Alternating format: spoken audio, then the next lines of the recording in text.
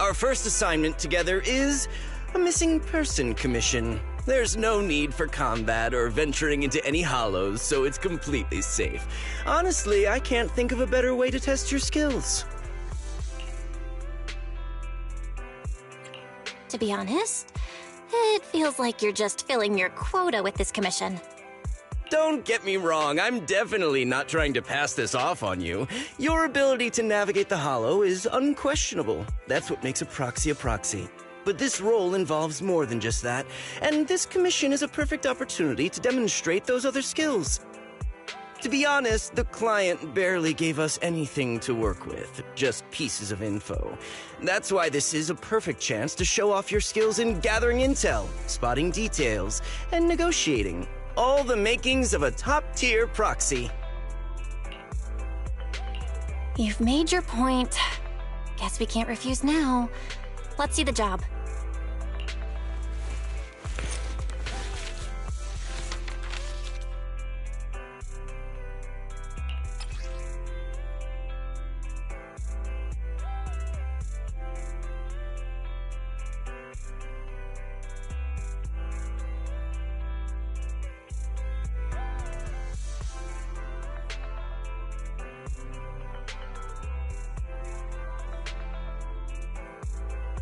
The client has only provided us with these 3 clues. All we know is that the woman in the photo is your target.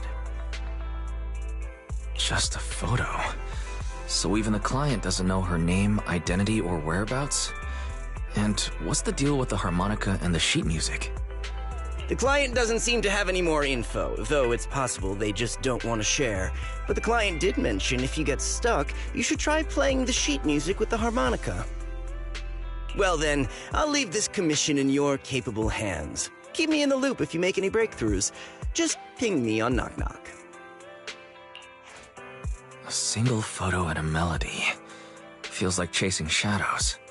Belle, where do you think we should start? Maybe we should start with Port Elpis. A woman with her eyes covered isn't exactly someone you see every day. Remember when we went to visit the sea? I'm pretty sure we spotted someone like that back then. Remember? I was in a bad mood that day, so you took me to the port to clear my head. We bought some fries, but you were so busy staring at that girl with her eyes covered, a seagull snatched them right out of your hand. Why do you sound mad? Now that I think about it, that woman did look a lot like the one in the photo.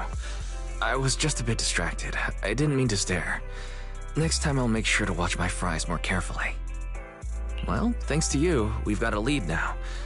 Let's head to the port and see what we can find.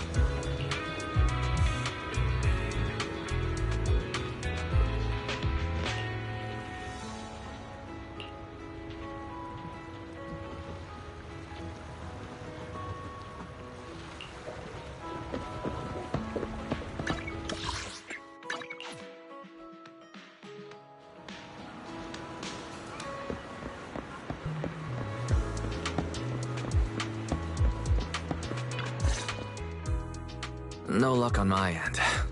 Belle, did you find anything? I was wishful thinking to assume that a quick stroll through the port would solve this. But since we're here, might as well give the harmonica a try. Whether it works or not, you owe me some fries before we head back. I'll do whatever you say, but Belle, would you mind giving the harmonica a try instead? I'm curious to how it sounds. Wow, you sure know how to set me up. I'm telling you now, though, I can't promise what it'll sound like.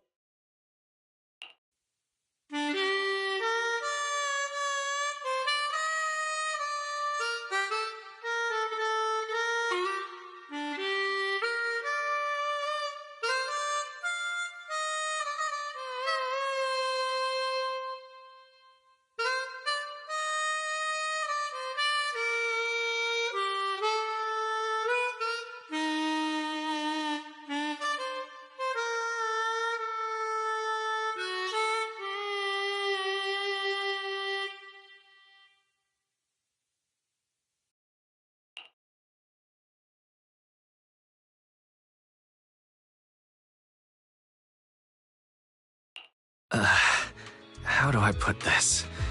It sounds okay once you get used to it. But nothing happened, so I guess we should just get some fries and head back. Excuse me. Were you the ones playing the harmonica just now? Sorry. My sister didn't mean to make such a commotion. We'll just... Wait. You're the one in the photo. Sorry about that. I didn't hear any footsteps, so I didn't realize you were right beside us. My apologies. Moving quietly is second nature to me. I didn't mean to startle you. If I may ask, where did you learn that melody?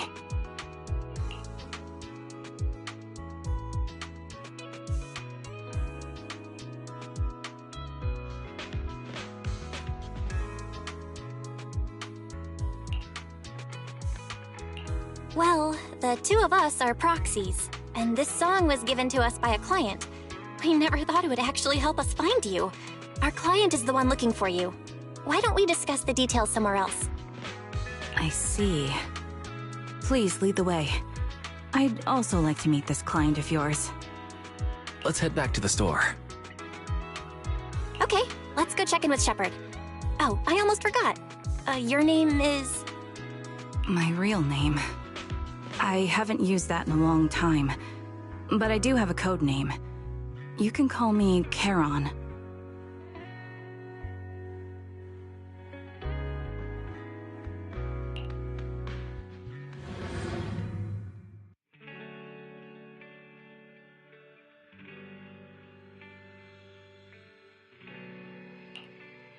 Miss Charon, I just reached out to the information broker who posted the commission. He should be here shortly, and you'll be able to meet the client soon. Please take a seat on the couch. I'll get you something to drink. Thank you, but please, don't mind me. By the way, the second row from the top on your TV wall, third unit from the left, it has a connection issue. You might want to check it out when you have time. Let me see. You're right. How did you know? No wonder there's been some lag lately. I rely on my hearing. I lost most of my vision in an accident. I can just about make out the outlines of my surroundings. To move around like an average citizen, I've trained my other senses to be extremely sharp. I heard a faint buzzing sound.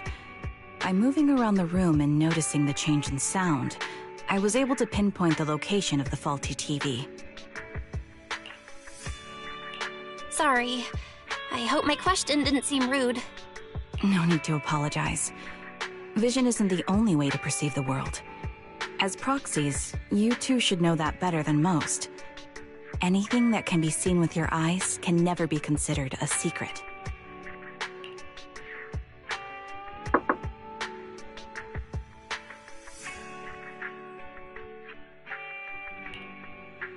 It's me again. You two found the target already? Wow, Phaethon, you guys are incredible.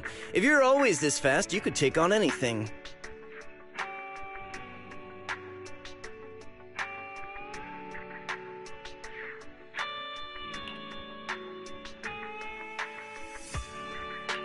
High efficiency? It's nothing really. By the way, didn't the client come with you? Charon here would like to meet them. Where to start? It's great that you were able to find the woman in the photo, but there's a new problem. I can't get in touch with the client anymore. There's been no reply from his Knock Knock account since yesterday. I brushed it off at first, but there's still no reply today. Just when I thought he might have skipped town, his account suddenly sent me a location, the edge of a hollow. Who sends something like that in normal circumstances?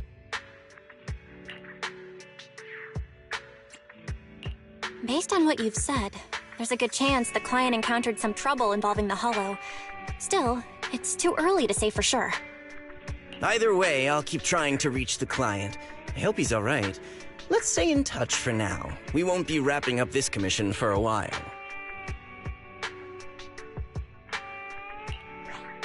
Sorry, but I overheard your conversation. Could you share that location with me? If I investigate the hollow, I might pick up some clues. You're Miss Charon? No offense, but the hollow isn't somewhere just anyone can waltz into. Without a carrot or combat personnel, it's a death trap. You should wait. I'm a soldier. I served with the Eridu Defense Force under the Chrysoberyl Division. Even after retiring, I've made countless trips into the hollow. You can trust in my combat skills. The heart rates of you and the two proxies here seem to have just spiked. Don't worry. My military days are far behind me. I have no current ties with them. As for getting into the hollow, proxies, can I request your assistance? I don't know anyone else who could guide me. I'll pay the commission fee as best I can. If you don't want to be involved, that's fine. I'll think of something.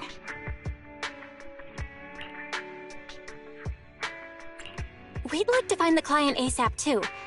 I mean, who's gonna cover our commission fee otherwise? Besides, if we said no, you'd just head into the hollow alone, wouldn't you? How did you know?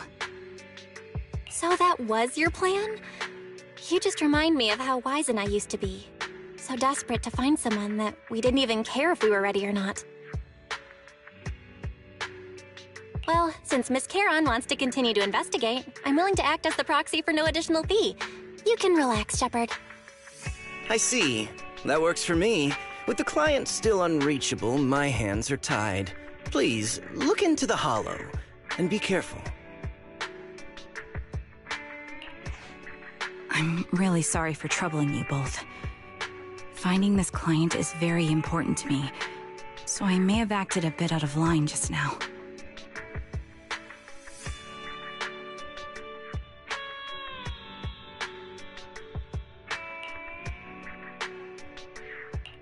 No worries. Seeing how determined you are to find the client, we couldn't just sit by and do nothing.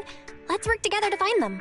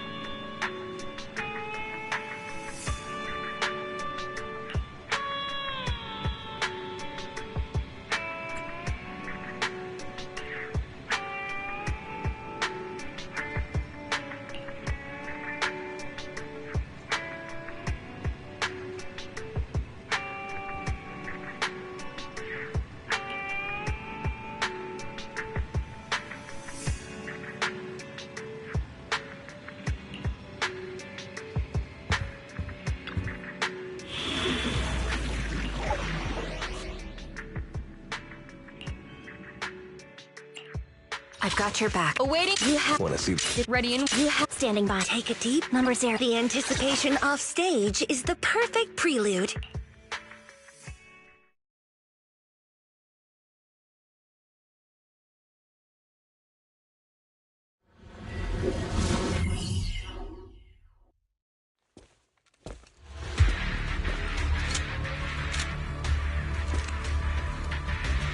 Miss Charon, I need some time to calculate the hollow route.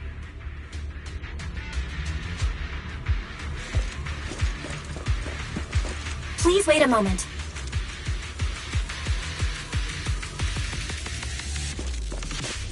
Leave this to me, Proxy. Actually, I've been to this hollow before for reasons. I still remember the way forward clear as day.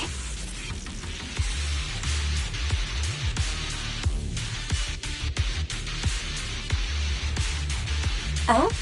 Why don't you wait just a little longer? Calculating a path doesn't take that long.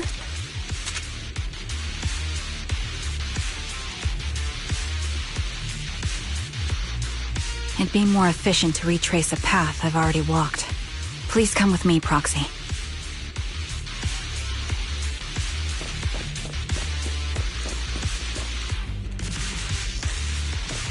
Here! Recalibrating. Better now.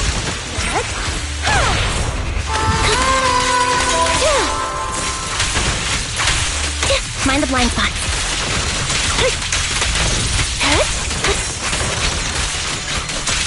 The stage is mine. The path ahead. It should be right around here. I wasn't here too long ago. One moment, Proxy. I might have misremembered. I just need to think. I'm sure you're well aware that hollows undergo periodic spatial distortions and reconstruction. Can't catch me. That's why each time we enter, we need the most up-to-date carrot. Can't catch me. Adjusting for wind. You're not lost because you can't remember. Can't catch me. After you left the hollow, spatial distortion occurred. That's why. Recalibrating. Watch! Don't blink now! Mind the voltage.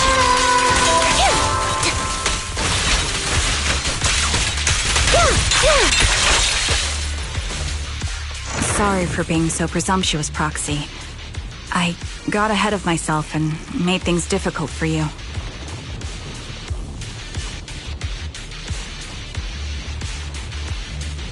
It's no trouble. There's a fissure nearby. We can use it to get back on the right path.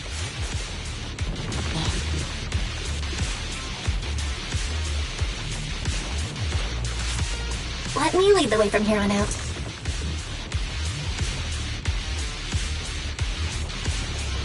Engaging head on.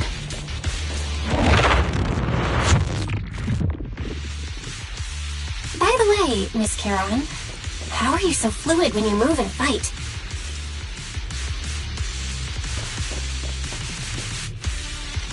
Is it because of your sharper hearing and heightened senses?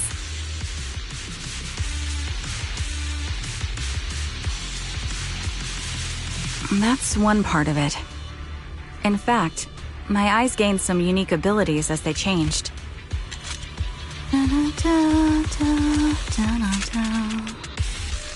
I can't see most things clearly, but I'm able to detect the etheric fluctuations of nearby humans, ethereals, and other objects.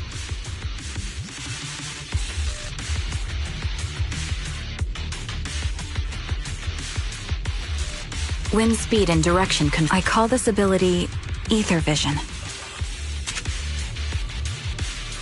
That's quite the ability! Given your combat style, those eyes must come in handy on the battlefield, huh?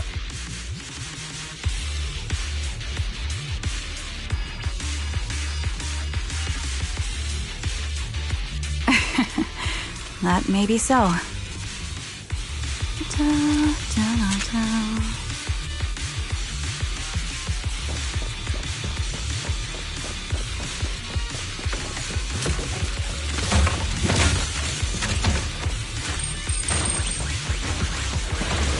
Here. Adjusting for wind.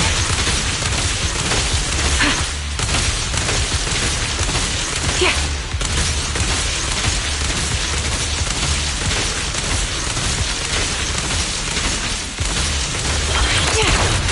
Catch the ribbon. Whoops. Now we're...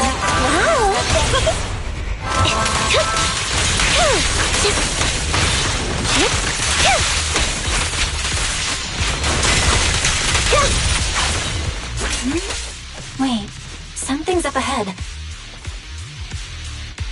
There's someone on the ground. Ugh, it smells like blood.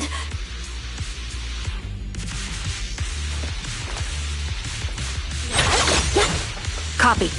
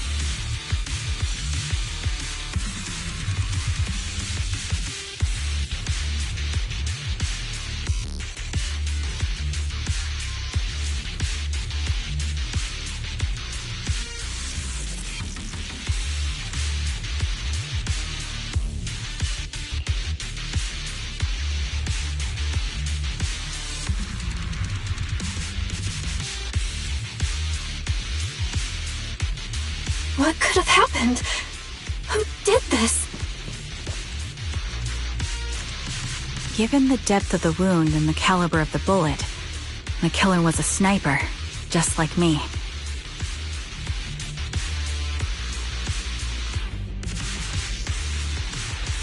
Proxy, stay vigilant and get behind me. The killer may still be nearby.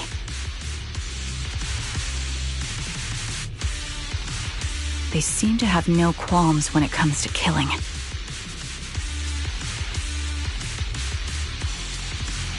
Let's press onward. I feel there may be more victims, and...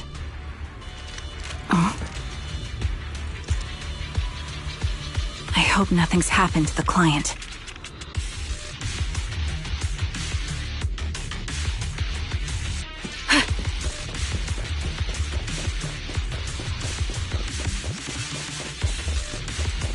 The surrounding ether levels have significantly increased. What's going on? Here. Hold on. Let me find what's causing the ether level increase.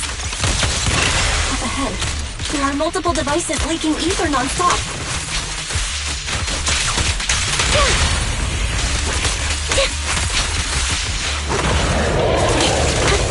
All right. Those are high-pressure ether storage tanks, filled with highly concentrated ether.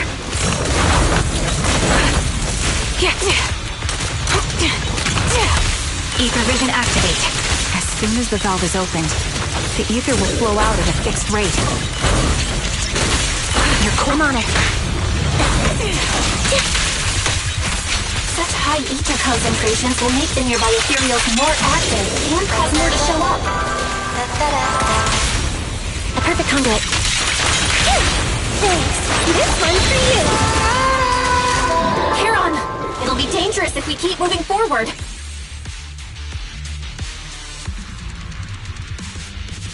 Understood. These storage tanks are high-risk items manufactured by military-industrial companies. They're rare, even on the black market.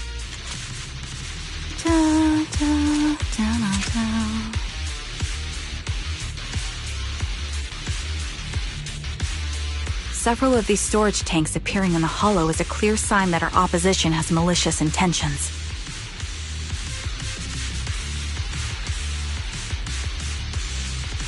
Wind speed and direction. Let's find a suitable sniping position and disable those ether storage tanks along any mission-critical paths.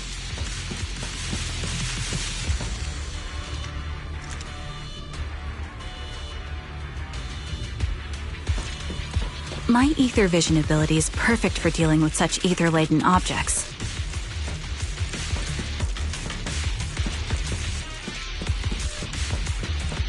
Let's take care of these leaking tanks to lessen the threat of ethereals on our path. Then we can proceed.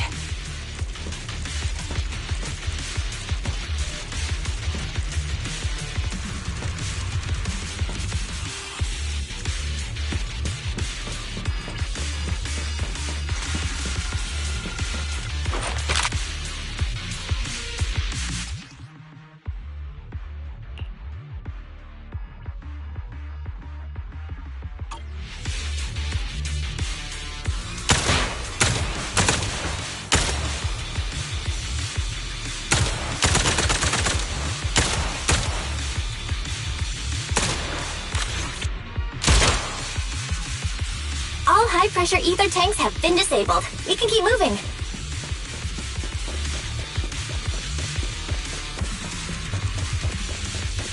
Wait, Charon. I'm detecting 4 life forms up ahead. Let's go take a look.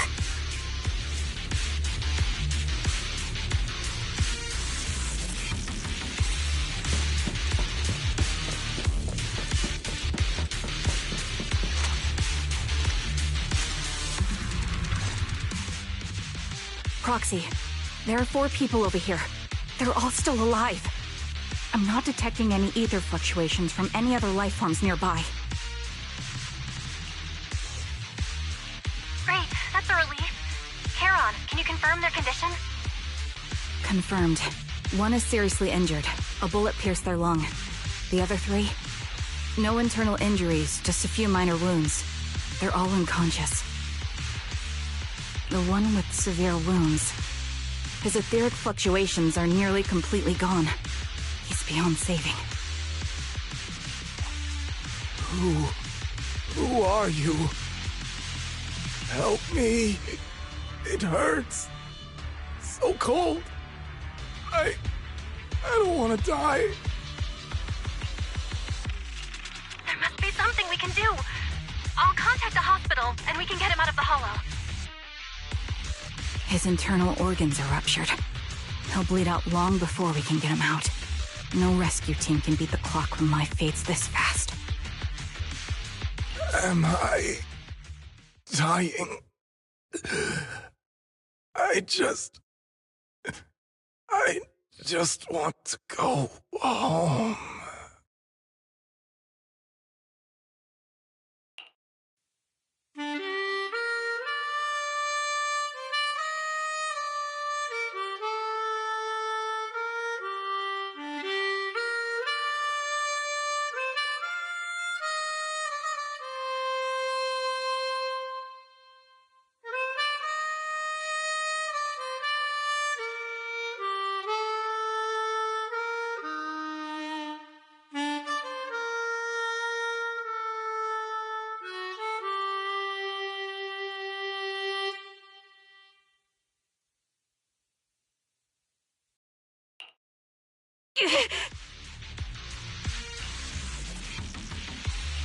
Charon, are you okay? Did you get hurt during the fight just now? I'm fine, don't worry about me. As I mentioned before, these eyes of mine have their uses, but they bring just as much inconvenience. The rejection reaction you saw just now was one of them. Staring into death, it's not something I handle well.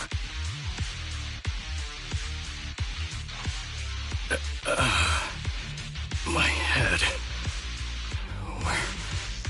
Where am I? Who are you people? I remember now. There was a madman, a lunatic who tied me up and dragged me into the hollow. You're not... I'm not the lunatic you're talking about. Can you stand? There are 2 more unconscious survivors here. If you can, help us carry one of them. Let's get out of here together. Leave? We can leave this place? What about that lunatic who shot at me from the shadows? The culprit should be gone by now. Charon, let's get the survivors out. Follow me.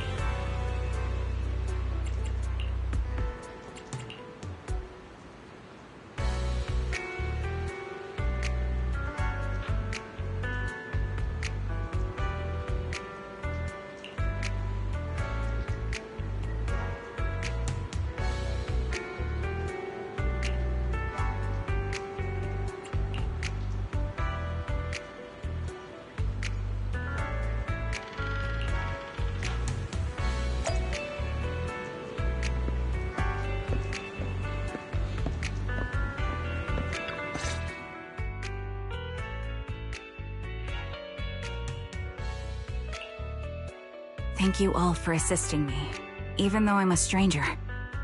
You've given me valuable information. It's the least we can do after you saved our lives. If there's anything else you want to ask, go right ahead. I do have some questions left to ask. Before that, could the three of you introduce yourselves? I'd like to see if there's a pattern to how the killer chose their targets. I'll go first. My name's Zoe. I used to be a soldier in the Defense Force, but now I'm just working a regular desk job at a private company. Don't let that fool you, though. I've earned my stripes. I'm Jesse, currently working as an Internaut information broker. I'm still pretty new at it, though, so I can't think of any reason someone would target me. My turn? I'm Erin.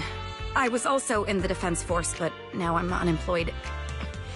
Actually, I have a question for you all. Did you see my friend when you were in the Hollow? She's about my height, with shoulder-length blonde hair and a mole under her eye. We were kidnapped together, but I can't find her anywhere now.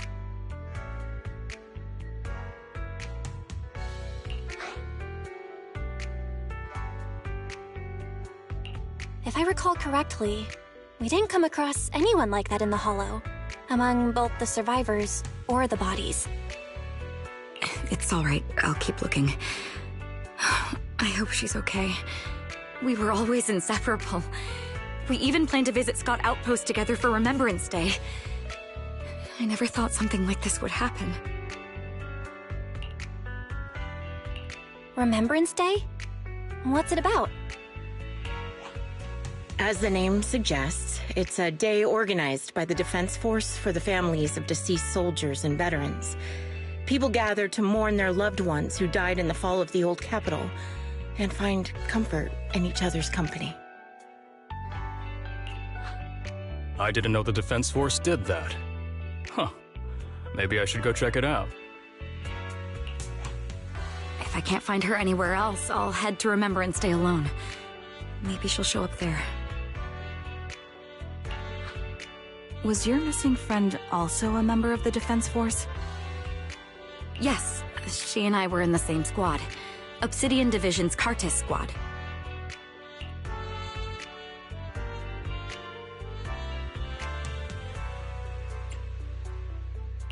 This sounds like a series of murders targeting the Defense Force. But Jesse wasn't with the Defense Force. No, you're probably not far off.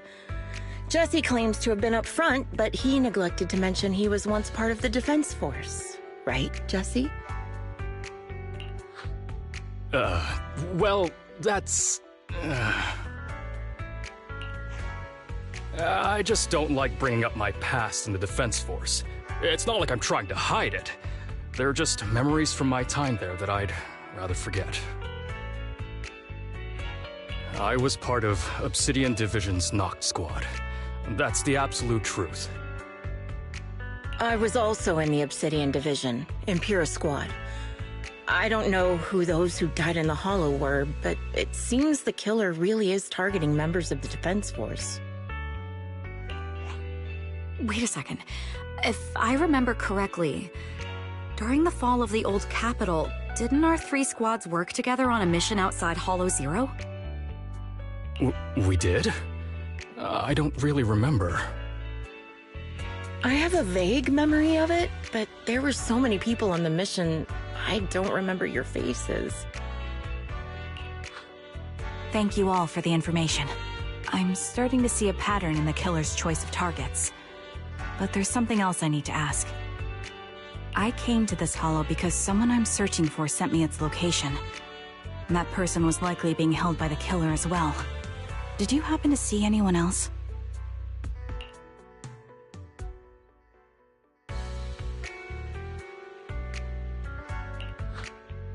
You're not giving us much to go on.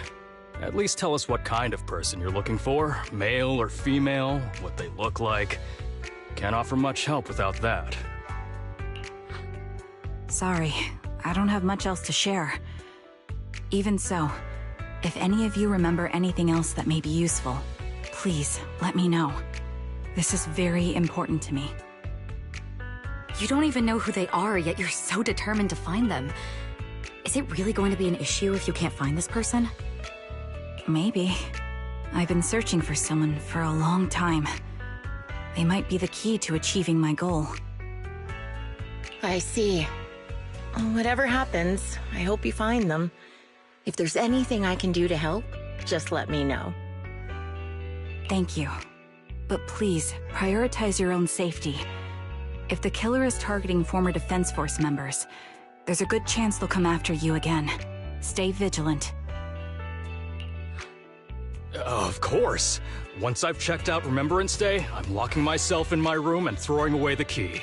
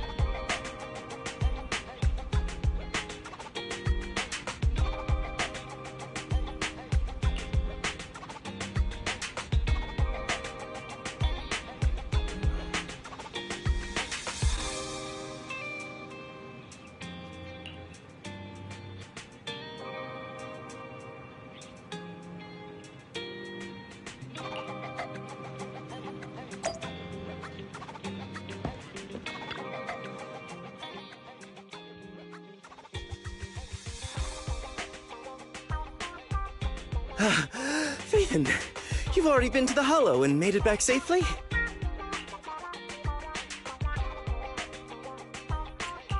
Did you run all the way here? Do you need a moment?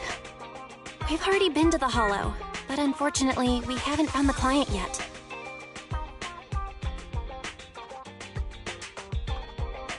I'm fine. Did you find any clues there? There are traces left behind. Signs of a kidnapping. It's very likely the client was involved.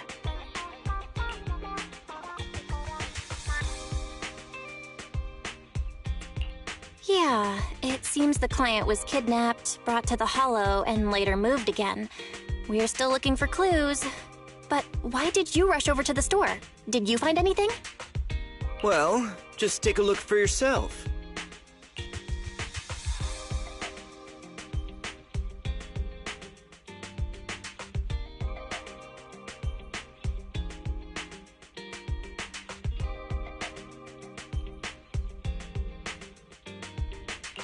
I checked a map of New Eridu. This spot, it's another Hollow entrance.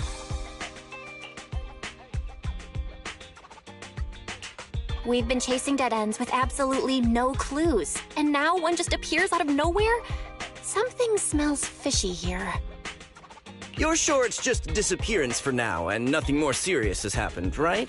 If that's the case, the situation is still manageable. No matter how shaky the clue is, let's keep investigating. Just be careful. Any casualties, and this will become something beyond our control. At that point, stop the commission and contact me. I'll bring in some professional Hollow experts to deal with the situation.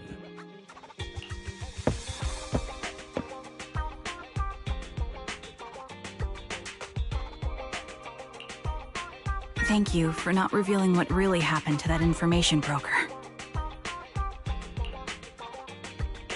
Don't mention it. But I have to ask, why are you doing this? Calling for help might have been the safest way to handle the situation. The killer is a sniper who has no qualms about taking lives. Judging by the victim's injuries, It's clear they know how to deal a fatal blow and how to inflict pain without causing death. Most Hollow Raiders lack experience dealing with snipers. If they encounter the killer, it's likely to end in a difficult fight, or worse, casualties. And besides, asking for help from others would only delay the search. The client is at risk right now, so I think we should follow the clues and enter the Hollow as soon as possible to ensure their safety. I helped you keep this from Shepard, but I have to admit, it's just too dangerous. What if this lead is a trap? Who even knows who's really behind the client's messages anymore? I understand, I really do.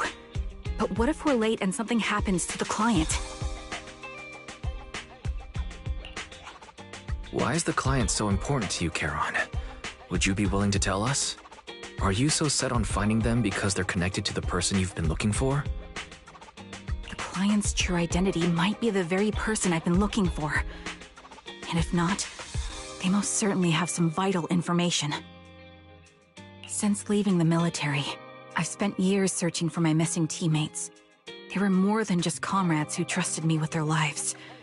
To me, someone raised as an orphan, they were family. I've scoured countless hollows and every corner of New Eridu to find them, but I've never found a single lead. Until I met you and heard that melody on the harmonica. It's called Homecoming. My squad leader composed it. Only our squad knew it. And yet that client of yours not only knows the song, but also gave you the sheet music. Please, Proxy. This client is the only lead I have left. I'm certain my teammates are still alive. If this trail goes cold, I don't know when I'll get another chance to reunite with them.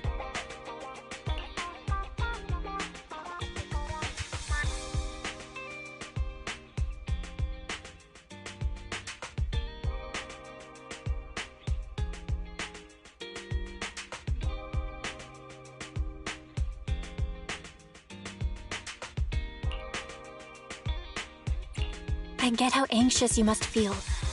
Let's face this together. But this time, we really need to be extra careful. Thank you, Proxy. I feel much better knowing I have your support. You can trust me. I'll protect you if the killer is really waiting for us in the Hollow. We'll make it out in one piece.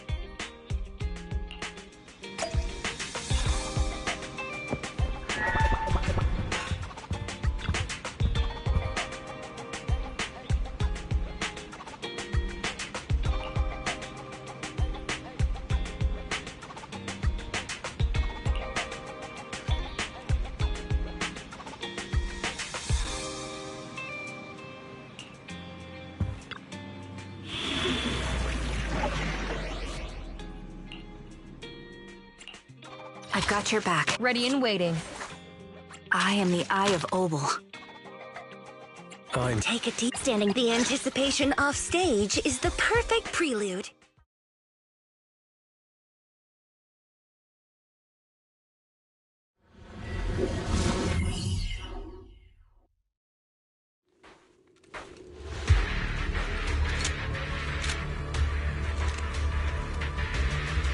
Looks like there's something here.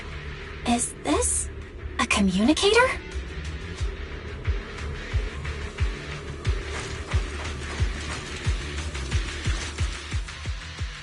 Proxy, look at this. A communicator left right at the Hollow's entrance.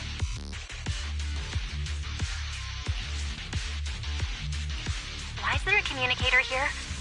It doesn't look like it was randomly left behind. There's hardly any dust on its surface, which means it was only placed here recently. It looks like someone wants us to use it.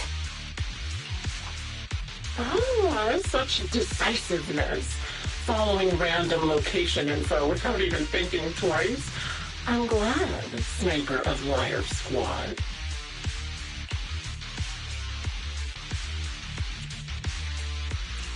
Who are you? And by Sniper of Wire Squad, are you referring to Charon? Sniper. Or should I say Charon now? Haven't you shared your past with our dear Proxy? If introductions aren't your strong suit, I'd be happy to show you how. You can call me Grim Vulture, the one behind this string of murders. You see, I've been working my way down a list, crossing off names. And now, Charon of Liar Squad, your name's next. Looks like you've done your homework on me. Just because my presence interfered with your plan, you've decided to take me out for good? I thought you were just going to be another obstacle in my way. And now, with you in my sights, this must be some kind of destiny. I'm not sure what you're referring to, but I'm looking for someone. Given that you're waiting at the hollow entrance they shared, I'm guessing you have them. If you hand them over, perhaps we can make a deal.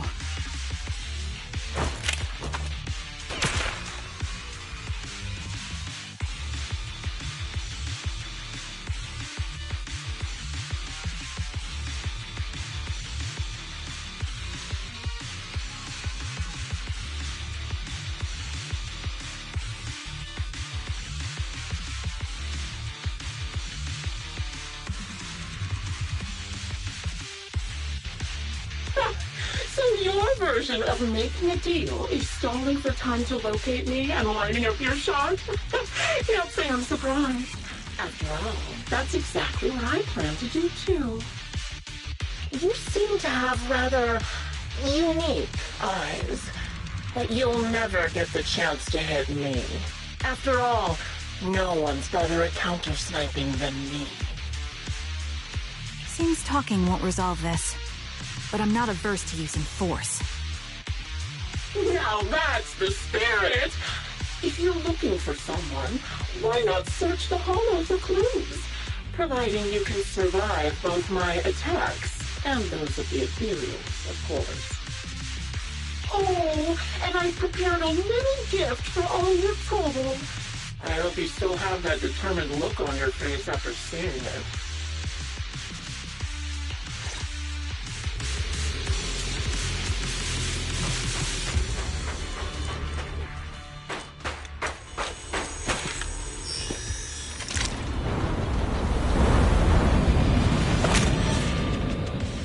Watch out for Grim Vulture taking shots from afar.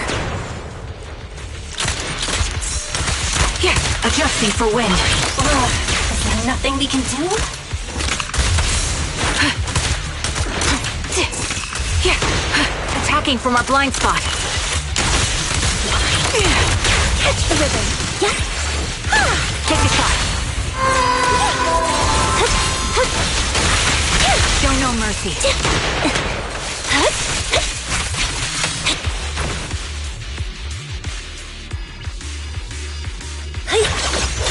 Copy.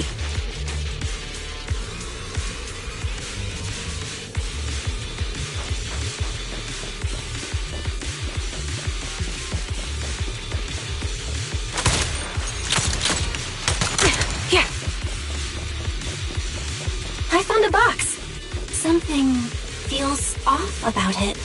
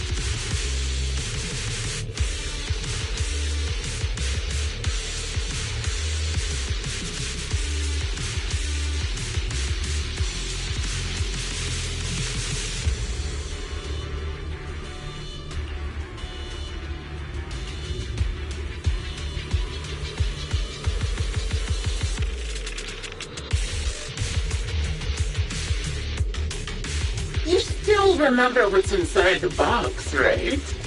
Your loyal teammate's cap, the one Styx always wore.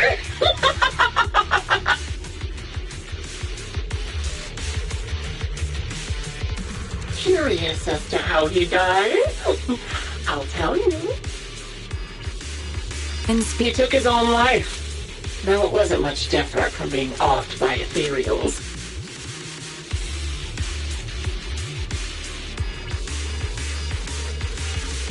Ethereals had almost completely taken over his body. He was being corrupted, covered in ether crystals. His core was almost fully formed.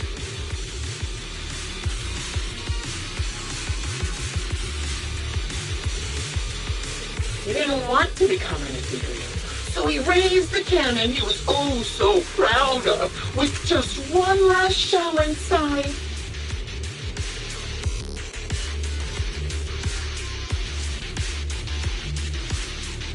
And just like that, obliterated both his core and his heart. Wind speed and direction. Any thoughts on the way he kicked the bucket? Did you like it? Do you think I made the whole thing up? Or did it really happen?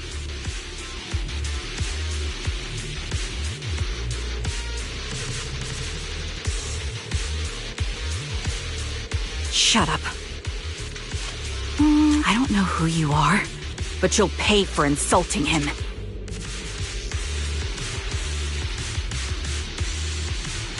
Oh, wanna kill me?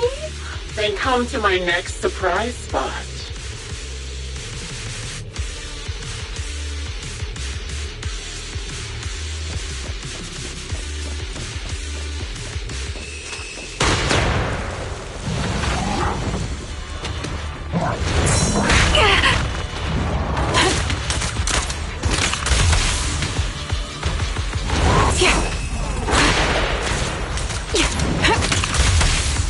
Recalibrating.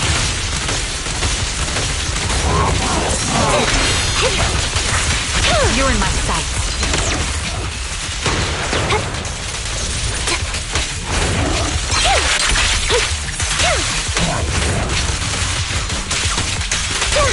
The stage is mine. Now Watch! Don't blink now! hit the core. A sound strategy.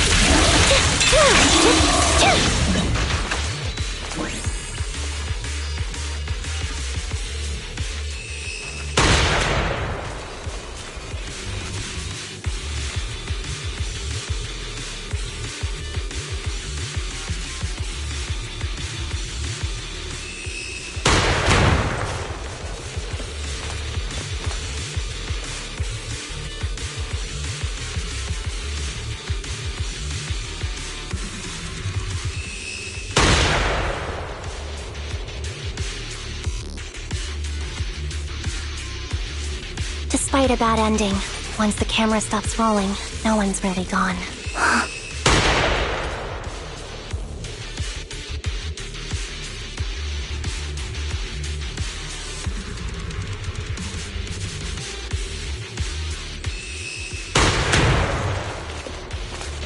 Engaging head on.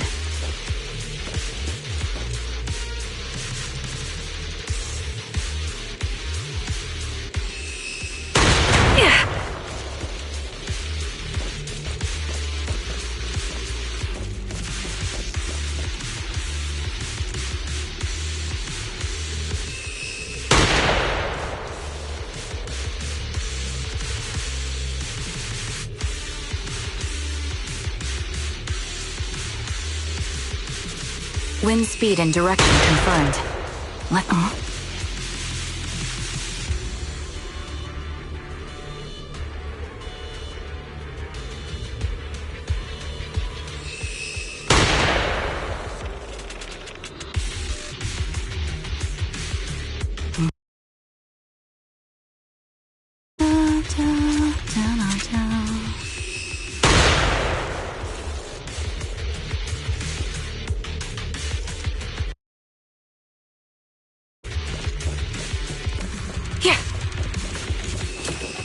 Another high-pressure ether tank. And a lot of ethereals have already been drawn to it.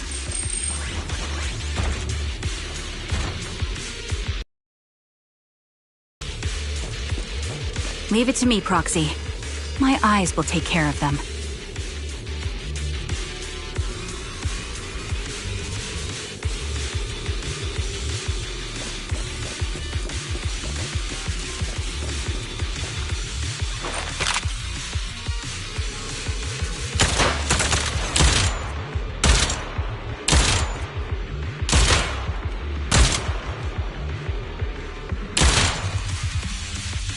We did it, Proxy. Let's keep moving. I want to catch that murderer as soon as possible.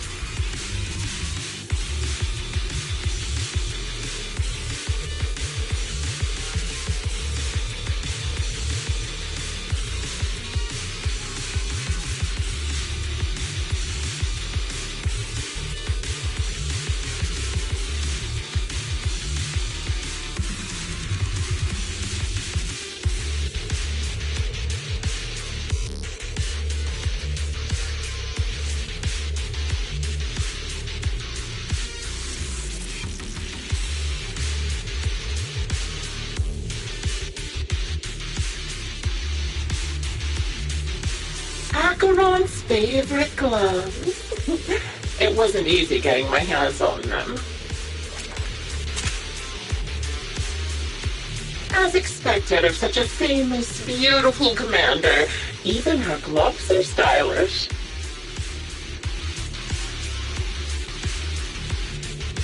Such a pity. In the end, both her hands were missing. Oh, don't you think that's a shame, little sniper?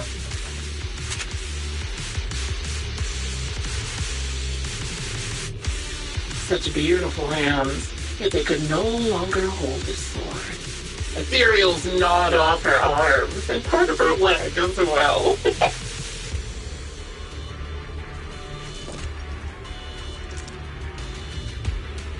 But she still had some backbone. She stood tall, even in death. It's just as I said. She died from multiple fatal wounds. Even the most beautiful flower will wither without protection, won't it?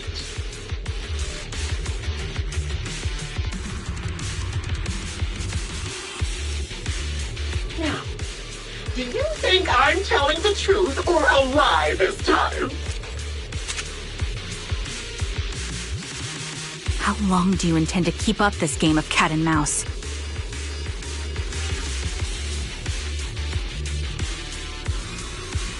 I'll be coming to your hideout soon.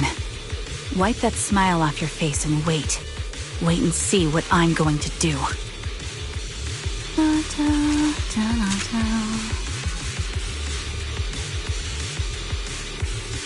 Ooh, good reaction! Hurry up then. I've got one final surprise location for you.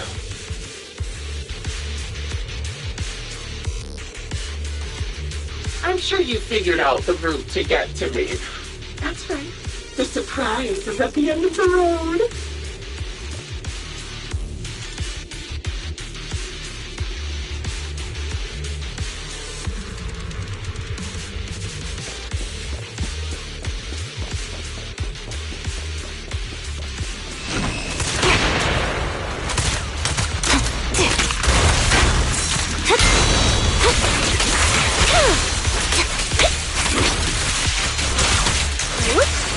Suppressing fire!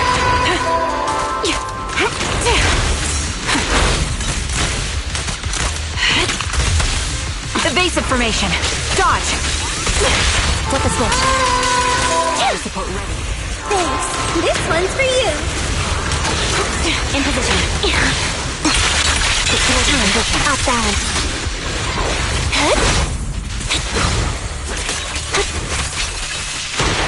All right, I'll take the shot. Ether vision activate. You're cornered.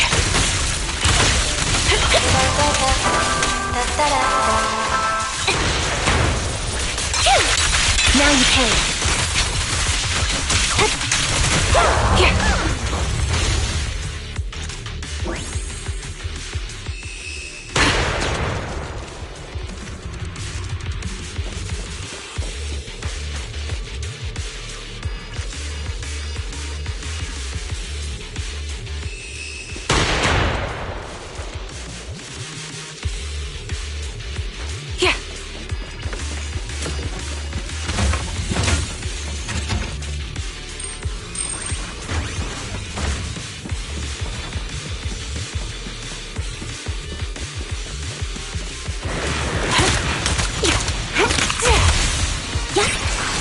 Suppressing fire. Wow. Take a shot. Awake.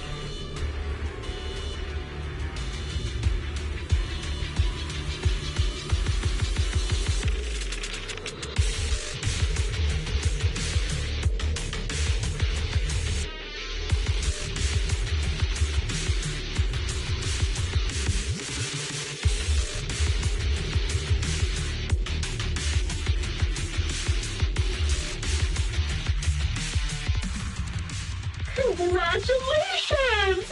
You found the third box. Inside is... Who was it again? Oh, right. A piece of bloody fabric from Cocytus' clothes and some damaged engineering gear stained with Leafy's blood.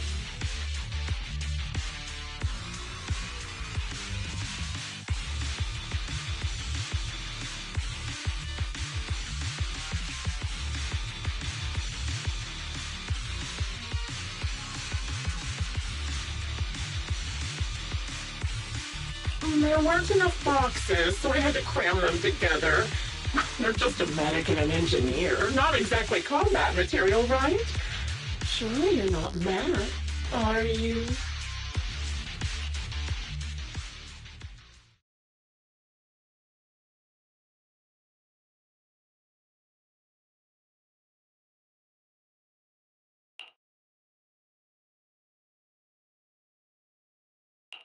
Enough already! Using her squad mates? Her family to mentally torture her? That's vile. How much longer are you planning on doing this? Oh dear, did I go too far? My sincerest apologies. It's just, watching you plunge headfirst into my trap was so entertaining. I may have gotten a bit carried away, you know?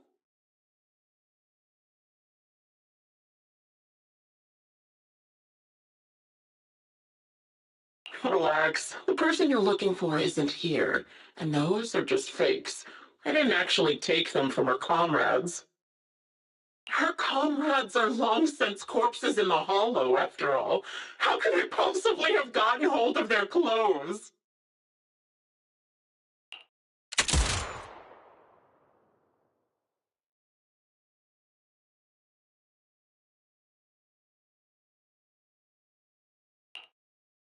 A decisive strike to be sure. But as I've already said, your awareness, sight, and experience mean nothing in front of a more skilled sniper. I didn't expect to kill you so easily. There was a subtle change in your ether fluctuations the moment I fired. That was all I needed. You knowing my past makes me feel sick. But after seeing that you're just a coward who feels fear from another's killing intent, it doesn't bother me as much anymore. Coward, you say? How fascinating! You were little more than a hollow shell before, but now that you've bared your teeth, you've started looking somewhat respectable. I know your composure is nothing more than a facade. You've never truly faced the weight of your comrades' deaths, have you? I bet your mind is now filled with their dying screams.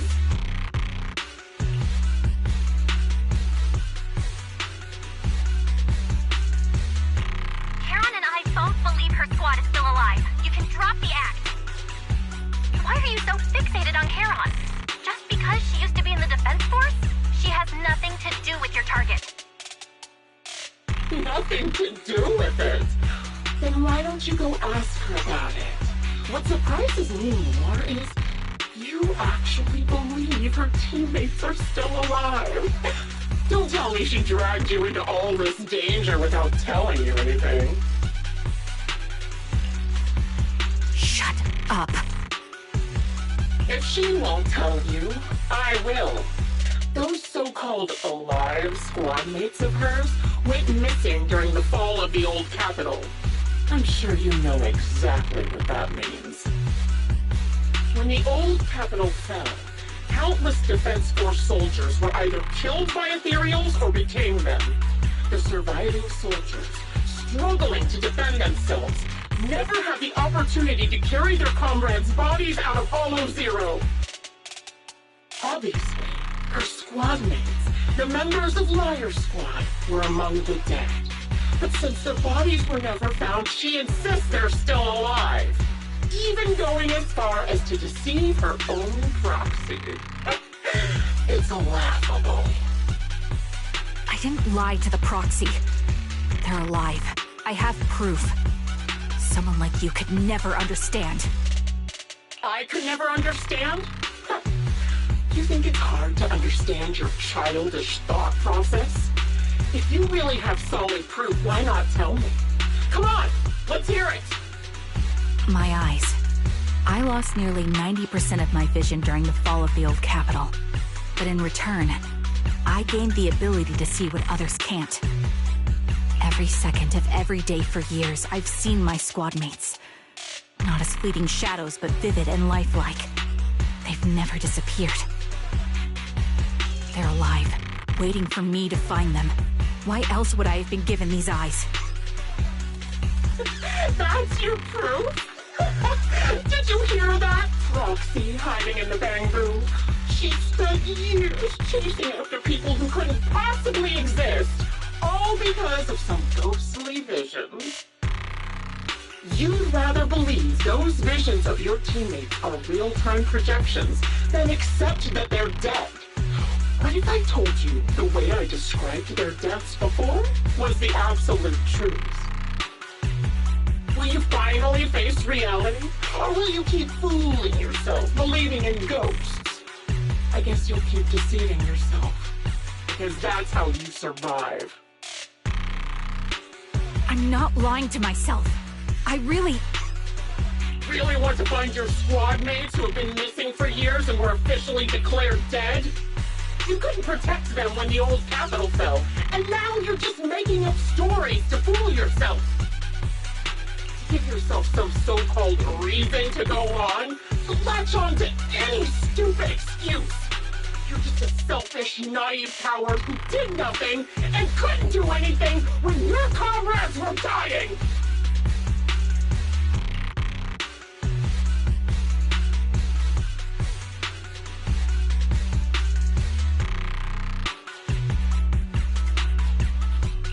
Giving up already? At least you've got a shred of dignity left. Nothing disgusts me more than a useless hypocrite.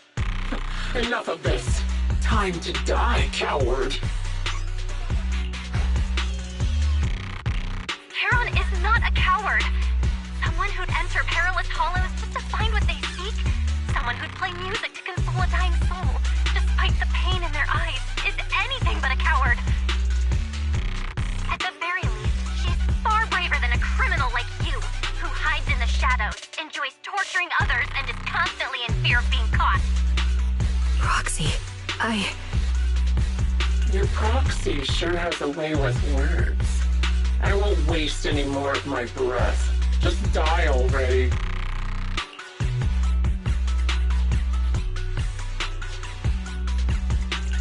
I've completed analysis of the surrounding fissures. Charon, snap out of it. We can use that fissure to escape. Fissures? When did you... Still trying to play tricks.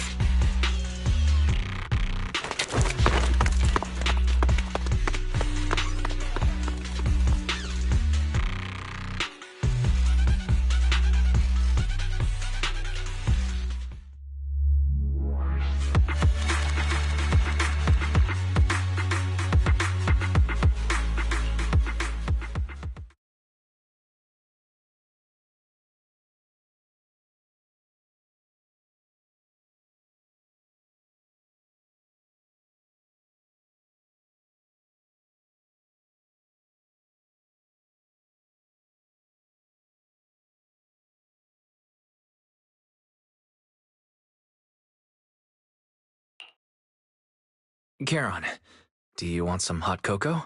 I'm sure you're exhausted after such a tough fight. You should get some rest. thanks, but I'm fine. Don't listen to Grim Vulture. They'd say anything to get under your skin. Once we start doubting the truth, we've fallen into their trap. No, Proxy. I think Grim Vulture has a point. Maybe it's all just in my head. The things Grim Vulture left. When I touched them, I was reminded of the day the old capital fell. I felt the same sensation when I touched an injured comrade. I tried to shake off that feeling, but the truth is, I can't stop thinking about the possibility that all my squad mates are dead. Would you be willing to share more? What really happened to you and Liar Squad on the day the old capital fell?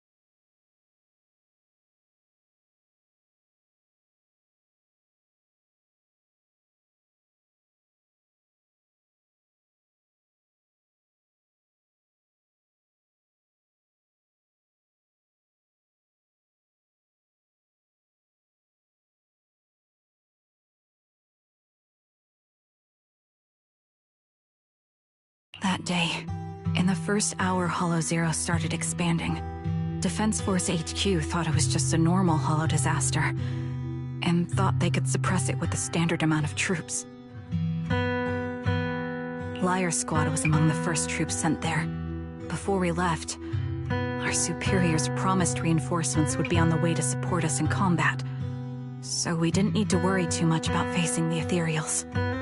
But soon after we began the mission, we realized things weren't going to go like we thought. The Ethereals came at us like an endless tide.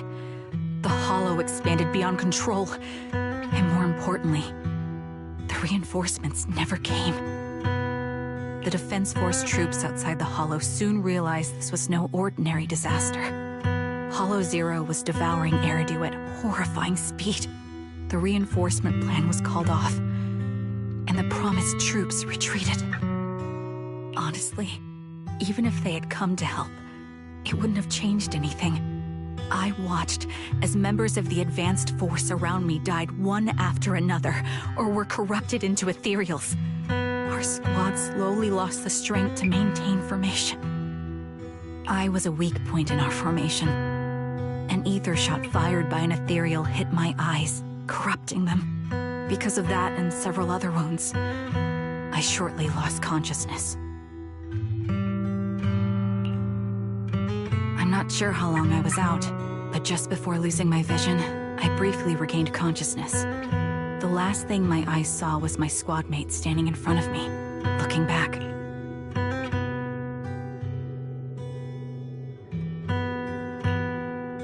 When I woke up again, I was already back at base. The higher-ups detonated the Shiryu pillars, and finally managed to bring Hollow Zero under control. I don't know who rescued me from the Hollow, but none of my squad mates had made it out. For some reason, the image of my squad mates being the last thing I saw has stayed in my mind. It must be some kind of sign. A sign that they're still alive. Don't you think? They must have continued fighting after I fell unconscious, eventually getting lost in some hollow and losing contact with the main force, left to wander between the various hollows of New Eridu. That must have been what happened, right? The Defense Force, civilians, no one believes me. So I decided to find them myself. The reason behind these eyes, it's got to be to guide me to finding them still alive. Am I wrong, Proxy? Are these eyes pointless?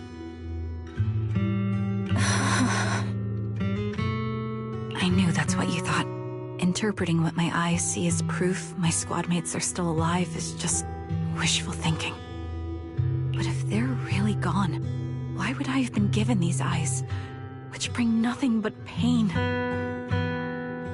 If they're truly no longer alive, how can I apologize to them in person?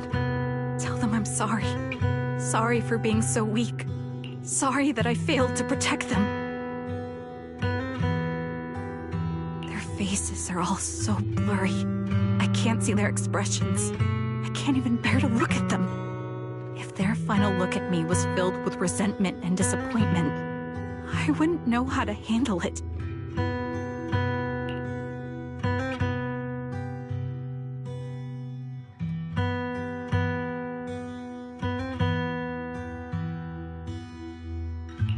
Charon, listen to me. Even if everyone else thinks you're wrong, Wise and I will never dismiss your determination to find your squad mates. You don't need to make any justifications, because someone close to us is missing too, and we desperately hope she's still alive. Even if the whole world doesn't understand, we will never give up. But I also think being consumed by this obsession, unable to move forward, that's not what those who matter to us would want. Belle is right. Listen, Charon, you're such a kind person. Maybe that's why you feel responsible for protecting everyone and blame yourself when you can't do enough. But you don't have to carry it all on your own. Yeah. Right now, the best thing you can do is trust us. We can be sure that Vulture hasn't killed the client yet. As long as we have that lead, there's still hope. We'll support you. No one can dismiss your determination or will. No matter how things turn out, we'll stand by your side and we'll face it together. Proxy, thank you. I feel better now. At the very least, I want to keep investigating. I'm not just going to stop here.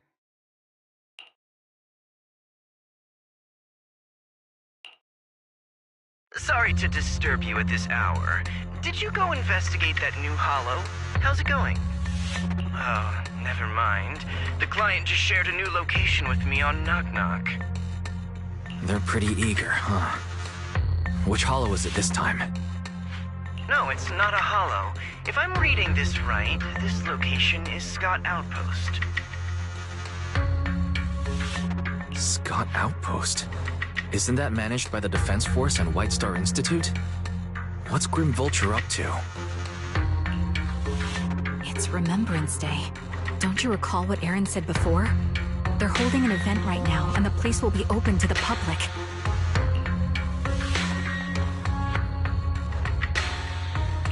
So, they're not trying to lure us into a holo this time. What's the deal? Are they trying to taunt us? Whether it's a provocation or a trap, I'm not missing any chance to face Grim Vulture. Proxy, will you go with me?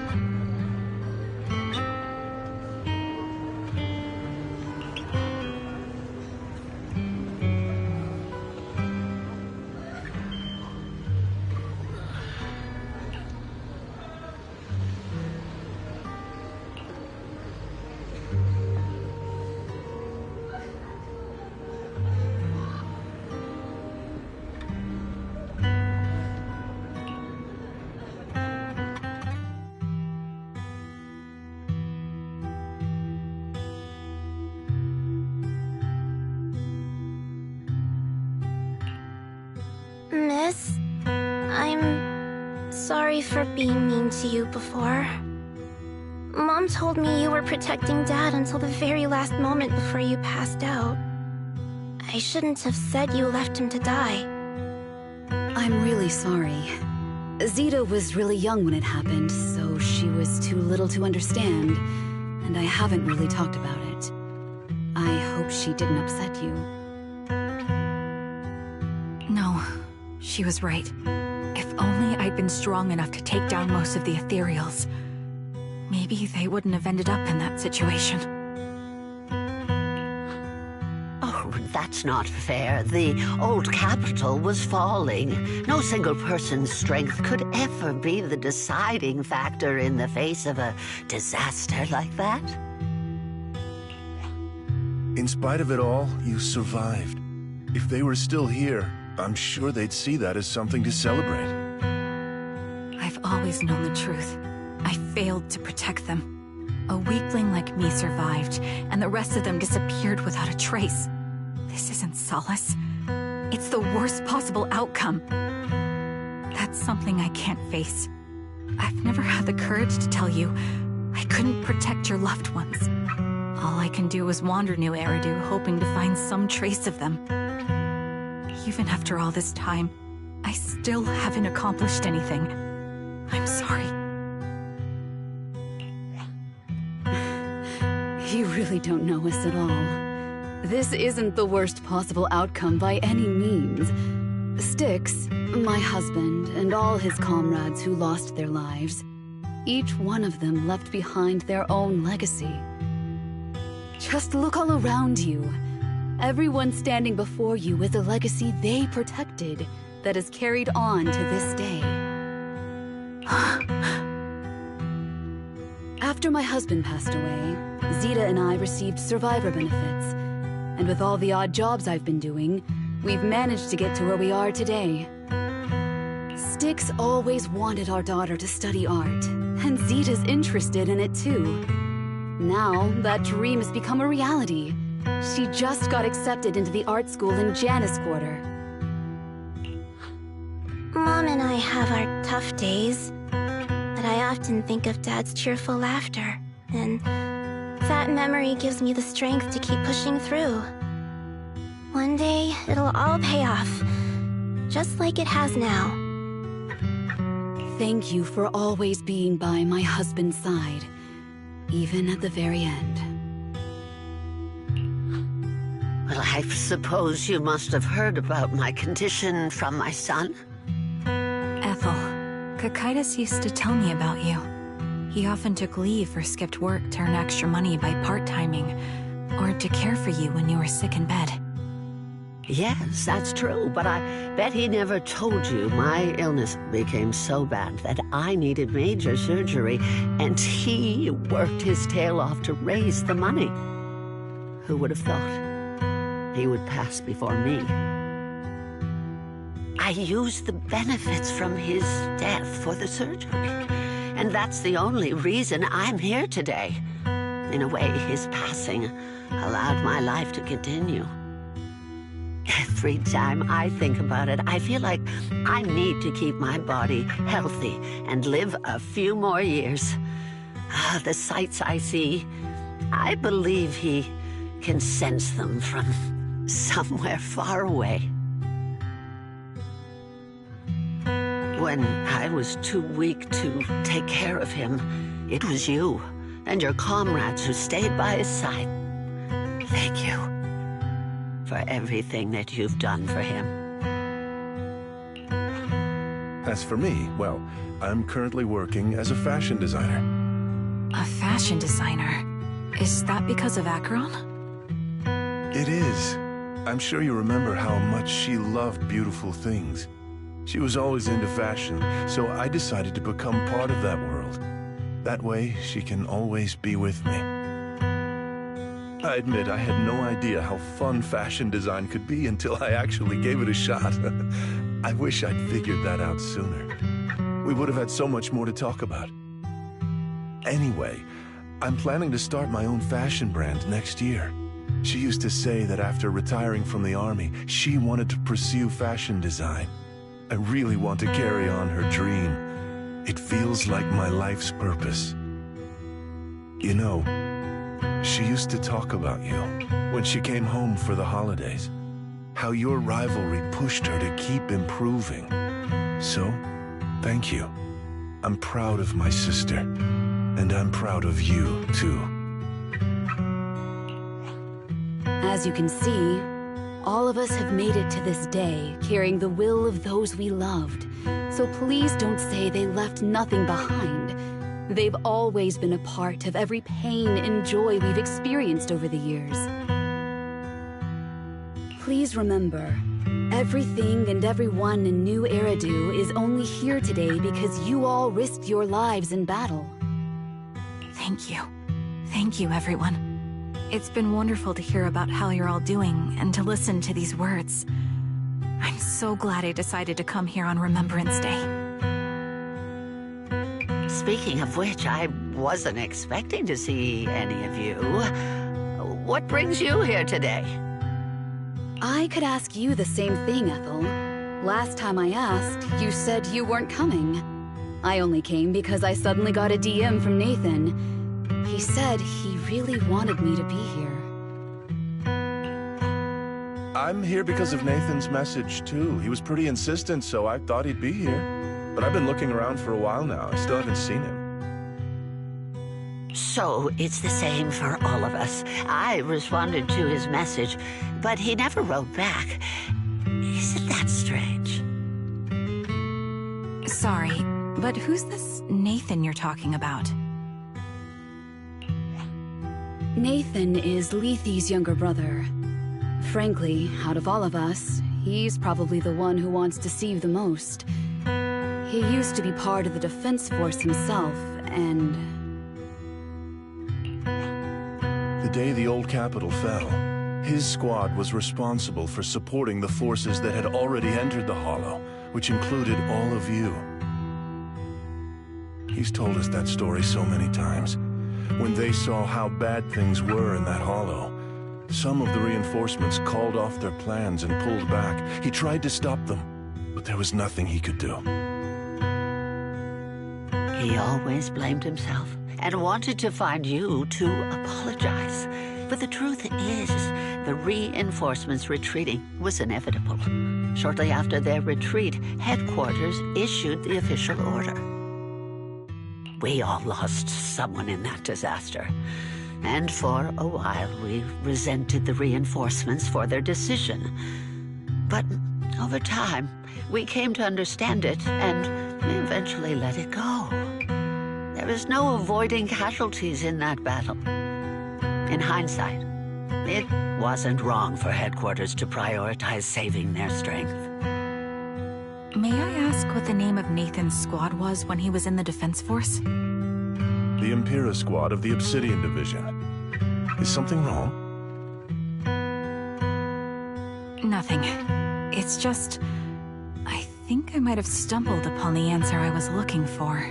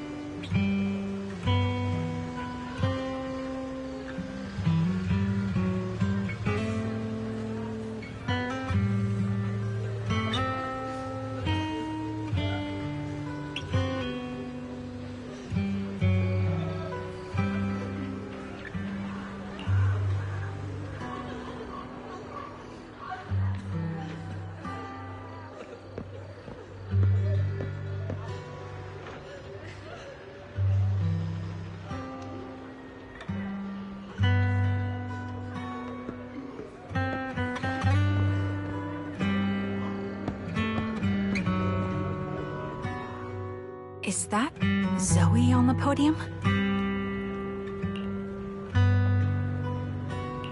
Is she here to speak for the soldiers? That seems fitting. She's cut medals, after all. But I don't see Jesse or Aaron anywhere. Didn't they come? Everyone, please, quiet down. Zoe of Nemesis Squad, a representative of the veterans, will now deliver the Remembrance Day speech. Hello, everyone. I'm honored to stand here and speak on behalf of all of the soldiers of the Defense Force. Today, we gather to commemorate Remembrance Day, a day born from the tragedy of the old Capitol's fall.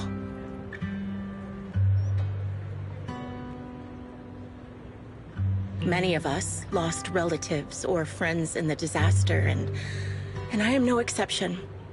Every member of my squad perished in that battle, leaving me as the only survivor. Losing the friends you cherish to the Hollow is a pain that never fades. It's a sorrow that will stay with us, now and forever. However, to the families of the fallen soldiers, hold your heads high with pride for your loved ones who gave their lives. They fought to the very last moment when the old Capitol fell. Death isn't the end, nor dishonor. It is their eternal medal. They gave their lives facing an unstoppable disaster, exchanging their sacrifice for the world we have today. In doing so, they fulfilled their duties as soldiers to perfection. Without the blood they spilled, Eridu would not have endured, and new Eridu would never have risen from the ashes. In honor of the wishes of the departed, look ahead, people of New Eridu. Our thoughts and remembrance of those who passed will be carried in every flicker of candlelight and in every bouquet of flowers.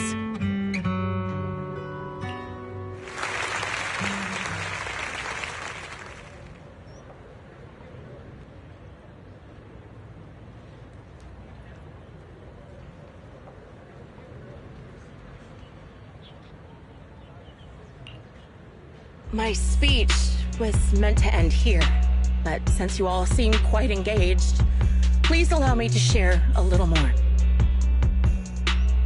The reason you all agree with what I've said is because it offers a way to step away from the pain. That's what the living do. They seek ways to ease the weight of others' deaths so they can find a way to start over. This is the new Eridu of today. A huge disaster consumed the old Capitol, and the people who survived it keep saying things like, treasure the moment and start fresh to numb themselves, hoping to forget the nightmare. No one talks about the soldiers who gave their lives in Hollow Zero. No one asks why they had to die. The brave gave their lives battling the ethereal onslaught, while the weak survived. This is New Eridu, built by weaklings. Its order founded upon their way of thinking. Your applause makes me realize you all accept this logic. Each of you had loved ones who sacrificed their lives in the fall of the old Capitol. And now, you're thankful that someone has encouraged you to move on from them.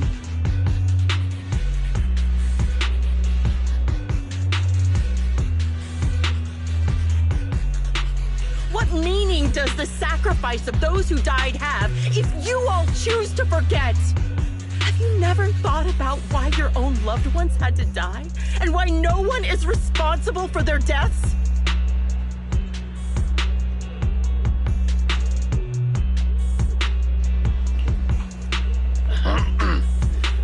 Miss Zoe, there's not much time left for your, Open your eyes! I'm speaking to those who have lost loved ones! If death is the medal for the fallen, then pain is the cross the living must bear. If you fear its weight and run from the suffering, the soldiers will never find peace in their eternal rest. To tear the wound open once again, so you'll never forget the searing pain! That's the real meaning of Remembrance Day! I don't agree. Charon. I didn't expect you to be here for Remembrance Day. How are things going with your search? Seems like you have something to say.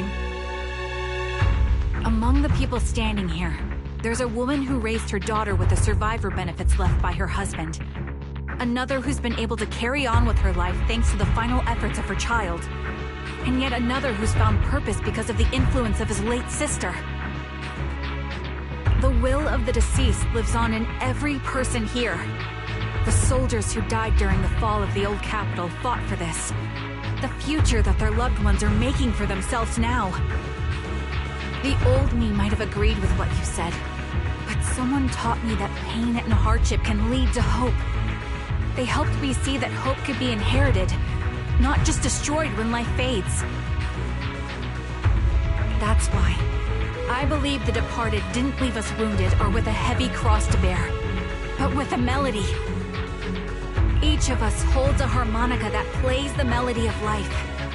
At first, it may sound awkward, but it will eventually flow smoothly, taking on our own style, until it merges with our soul. You seem quite certain about what you're saying. Tell me then, what kind of melody is left behind by those we've lost? I'm not sure. I can't picture the exact melody, but I trust the answer I've chosen. And I trust everything I've seen and heard. A vague and insubstantial answer, isn't it? I was right about you, Charon. From the moment we met, I knew we'd never really understand each other. I'm sorry you feel that way. Everyone, I apologize for taking up your time. My speech ends here. Please feel free to continue with your visit.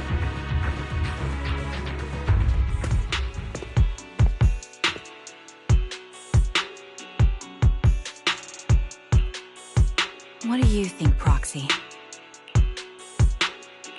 Something was definitely off about her just now.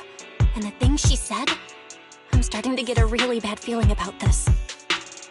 You mean about her real identity, right? Looks like we're on the same page. Shielded by her identity as a decorated soldier, she seemed pretty confident that we wouldn't confront her directly on military ground like at the outpost. She arrived so brazenly and left without a care. If I'm right about this, she'll be trying to contact us again in no time.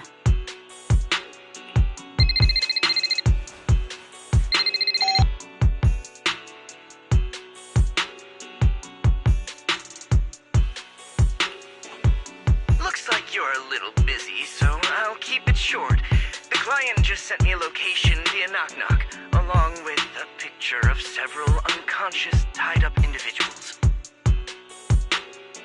I'll send you the location shortly. It should be an entrance to the Hollow in Port Elpis. At this stage, I don't have any further requests. My only hope is that you'll proceed with caution. A location with a picture of the hostages. Looks like Grim Vulture is losing patience and wants to put an end to all this. Charon, what's your plan? With everything that's happened, no matter what you choose, I'll stay by your side till the very end.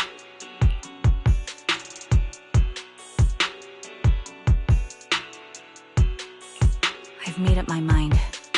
Proxy, please accept my official commission.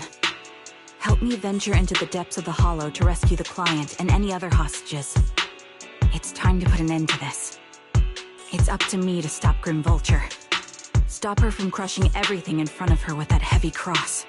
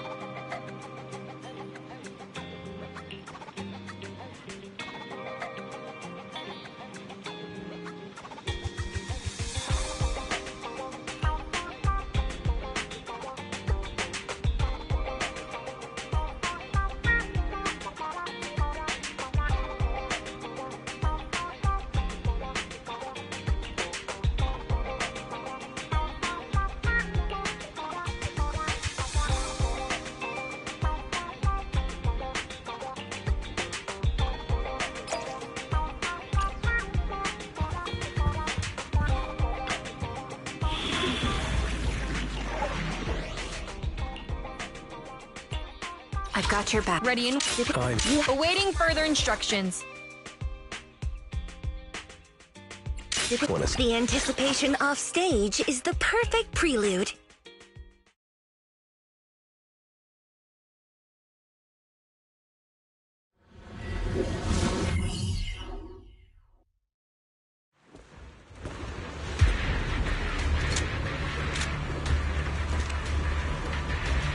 Charon, look! Another communicator.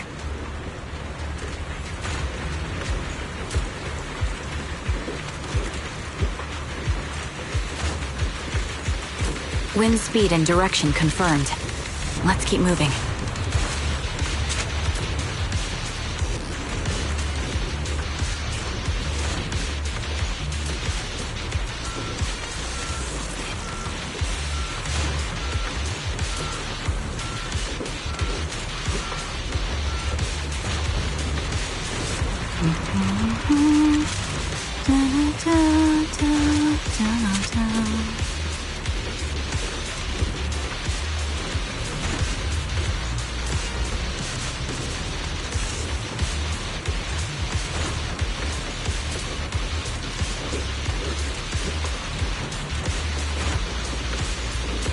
Wind speed and direction confirmed. Let's keep moving.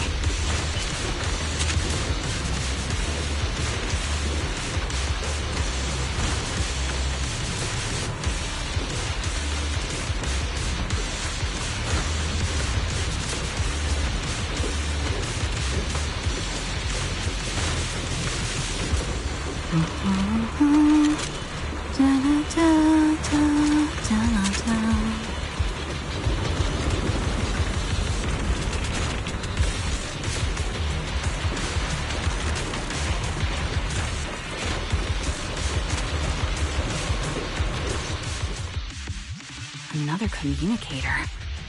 It's a bad habit for a sniper to be so talkative.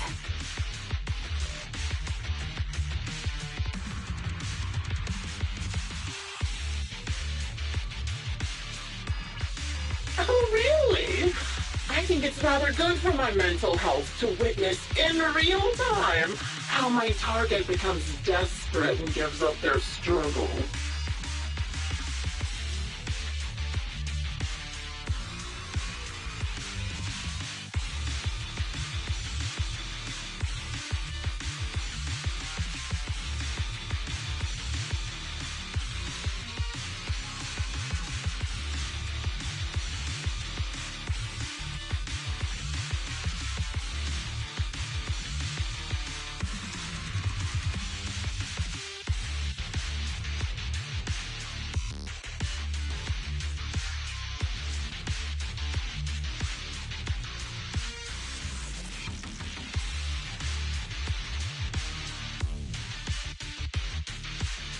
Do you really still need to disguise your voice?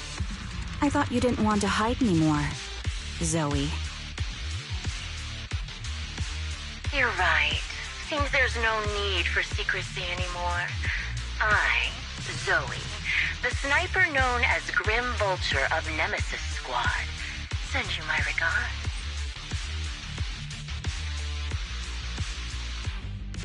Zoe.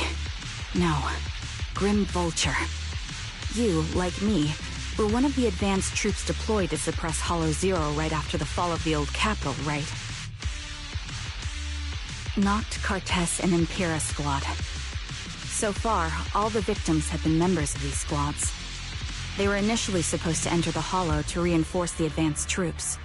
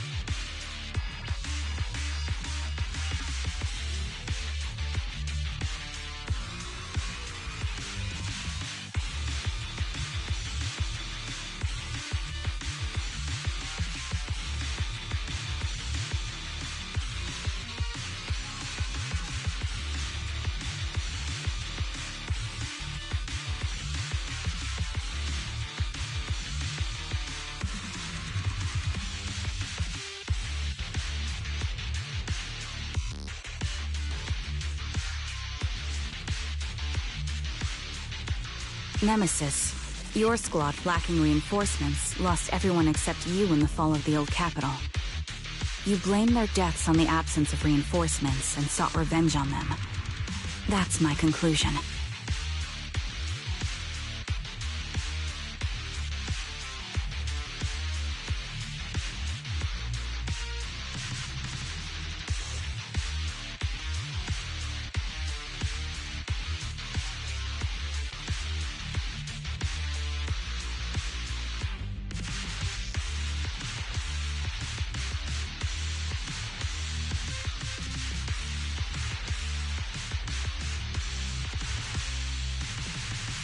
Just like me, the fall of the old capital left you entirely alone.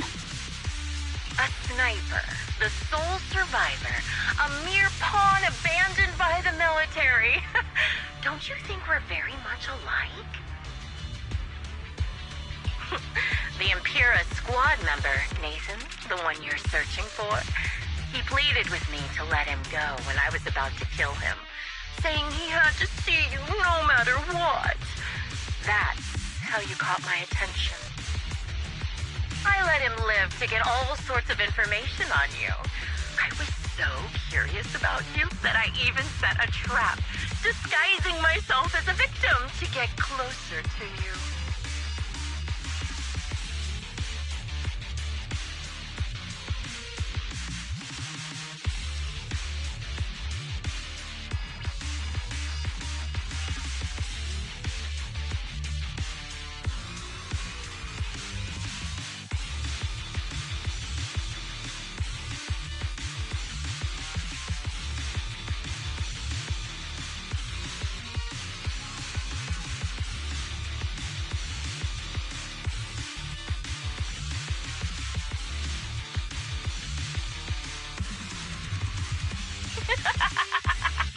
It turned out we share the same story.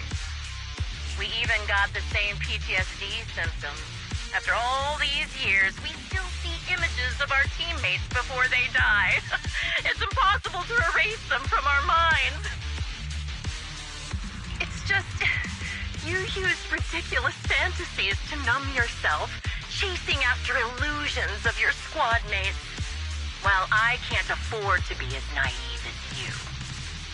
One night, when I was overwhelmed with the unbearable images of my comrades' deaths, vomiting and crying, I finally realized the meaning behind their appearance before me. They were pleading with me, pleading for vengeance against those who abandoned us, begging me to destroy the repulsive, hypocritical new order of New Eridu. So, I carried on their will. I began kidnapping targets and sniping them in the hollow, watching as they became corrupted and died in despair. You really think this is what they'd want? What else? Would they want me to be like you, playing at a game of finding my missing squad mates, accepting their deaths when I'm done playing, and then forgiving the very enemy who killed them? What a noble and virtuous gesture. Forgive on behalf of fallen comrades, coexist with New Eridu's order, and live peacefully among cowards. It's precisely because you and I are so similar that this hypocritical and cruel attitude makes it even harder for me to forgive you. After our first conversation, I was certain I must end your life myself to prove I'm right. That's exactly what I wanted to say to you, too. Because we've suffered the same hardships, I can't accept the path of destruction you've chosen. Jesse, Aaron, Nathan, the client I've been searching for, and any other targets of revenge you've set your sights on. They all feel regret and struggle over the choices they made back then. But you can't see any of that. You didn't target the higher-ups who misjudged the situation, the dangerous ethereals who killed your comrades, or the ones responsible for the fall of the old capital. Instead, you went after the easiest targets. Grim Vulture, as a sniper of the Eridu Defense Force, you have failed in your duty. to preserve the will and hope left by my comrades. I'm going to put an end to your actions right here. That suits me just fine. A sniper should let the gun do the talking. Make it to the deepest part of the hollow alive, and I'll meet you with nothing but raw malice.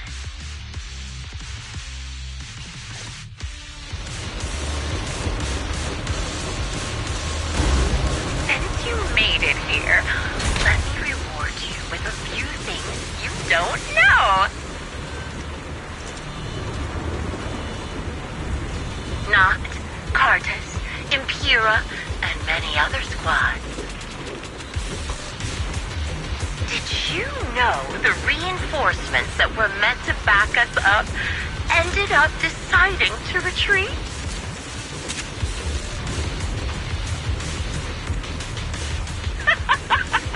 Relying on a show of hands to vote, isn't that ridiculous? Our lives were discarded in such an absurd way, like a kindergarten election for class monitor.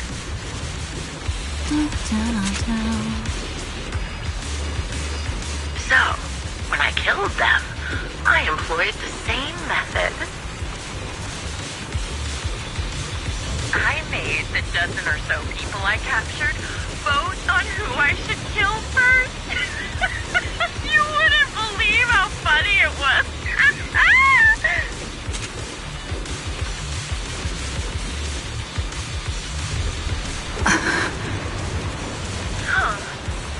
Laugh!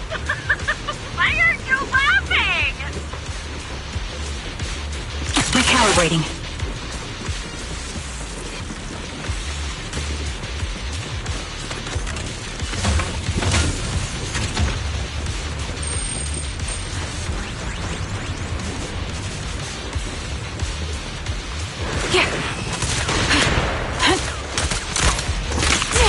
Attacking from our blind spot.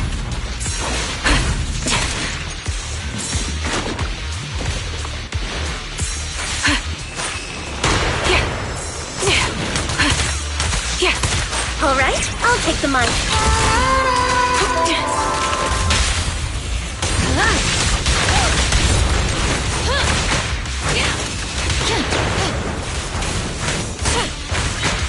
Take the shot. Wow.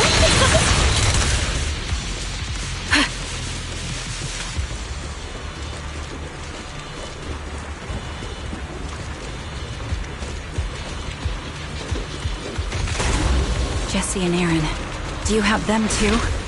Or are they already?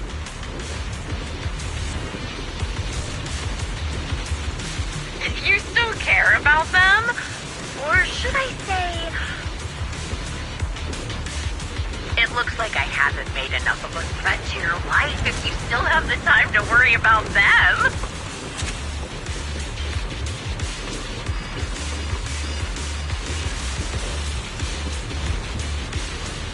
Why not leave their fates hanging as an unsolved mystery?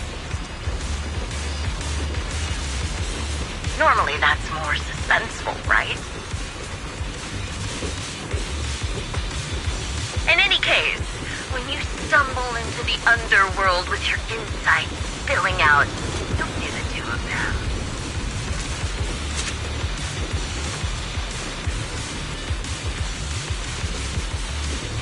Wouldn't it be more exciting to wait until then to reveal the answer?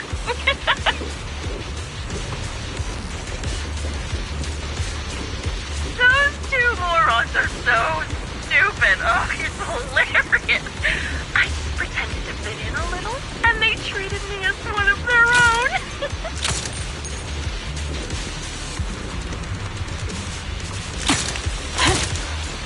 They had their guard up, but they never thought quite out for me. It's no surprise they retreated back then. Bunch of good-for-nothing idiots.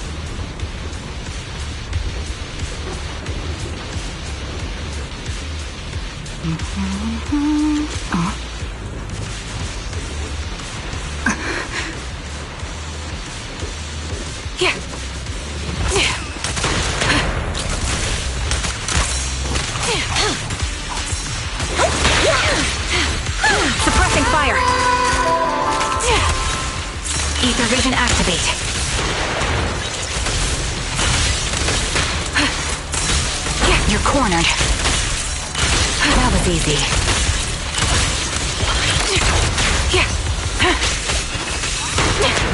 Target spotted. Supporting position. Hope you enjoy it. Ready. Time to pin them down.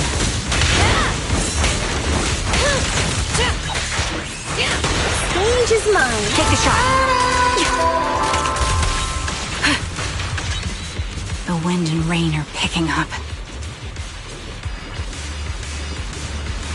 This extreme weather is perfect for sending you to your grave, don't you think?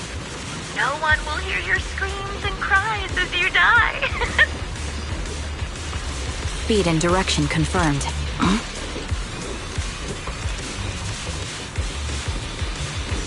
By the time the rain stops, the only thing left will be your cold corpse.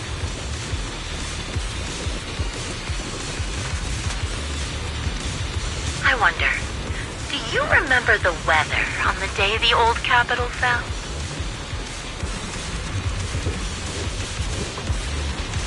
It wasn't heavy rain like now, but the sky was just dark.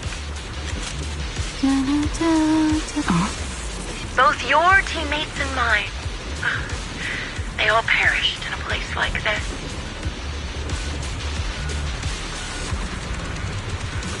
Now that I think about it, I guess I'm actually doing something good. Let's keep moving. Huh? Because if I let you and your teammates die here, maybe you'll be reunited. Aww. You should be grateful. I'll make sure you die just as painfully as your teammates did.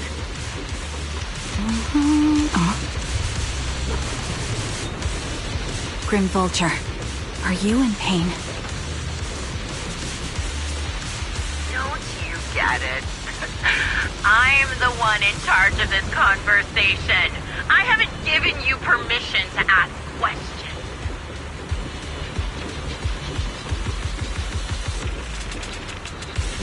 I can sense your suffering. It's... wind speed. Shut it! Moving. Huh?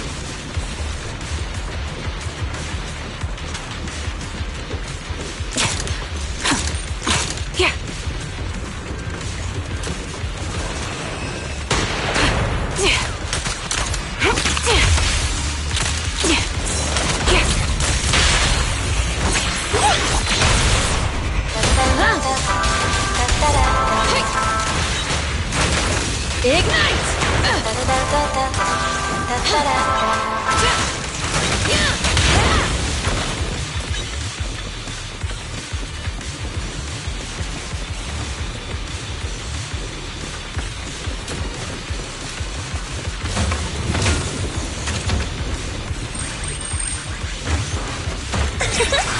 Engaging head-on.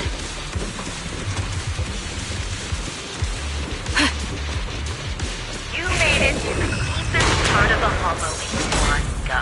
Ah! Such determination deserves praise! Now, it's time for the final showdown we agreed to.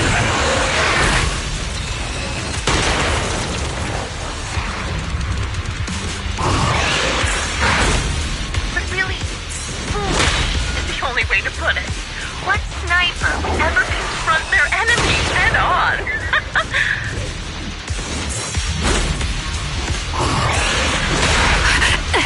I've prepared a little gift for you. I made this dangerous material by abducting and corrupting a high-ranking officer.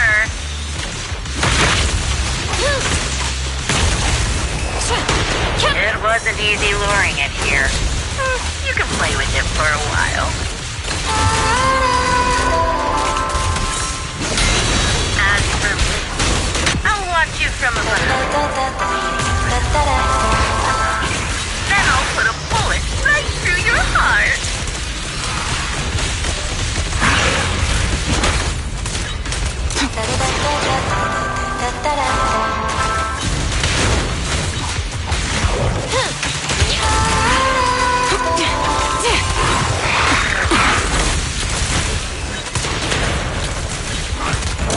vision activate. Can't catch me. That was easy.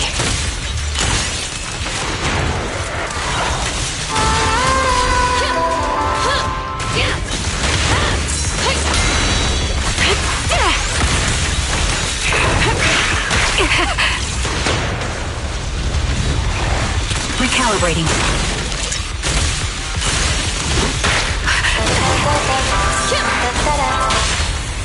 Watch! Don't blink now! Don't hesitate. Blazing flame! Open fire!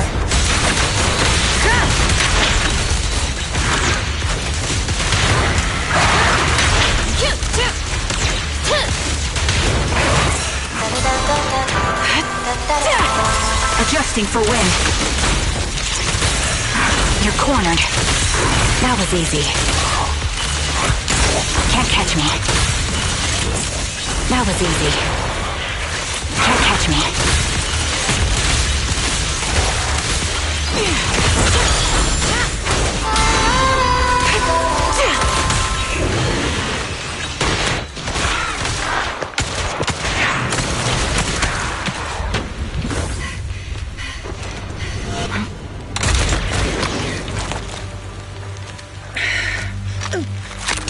The real failure as a sniper is the one who's been forced into a corner, like you!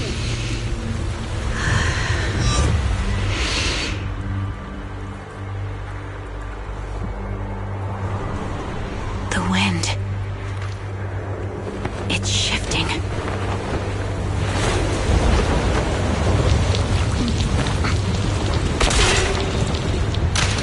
I won't fall for your distractions so easily.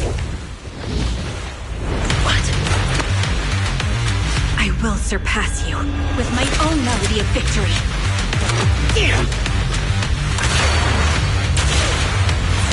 And let the wind be the opening notes.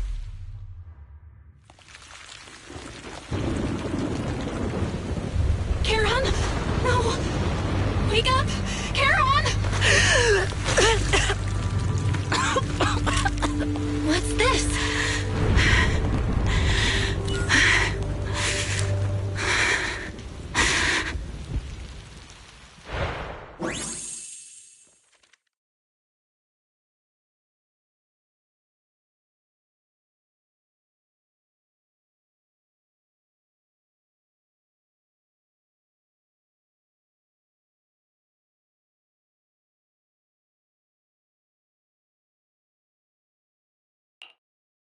Just you?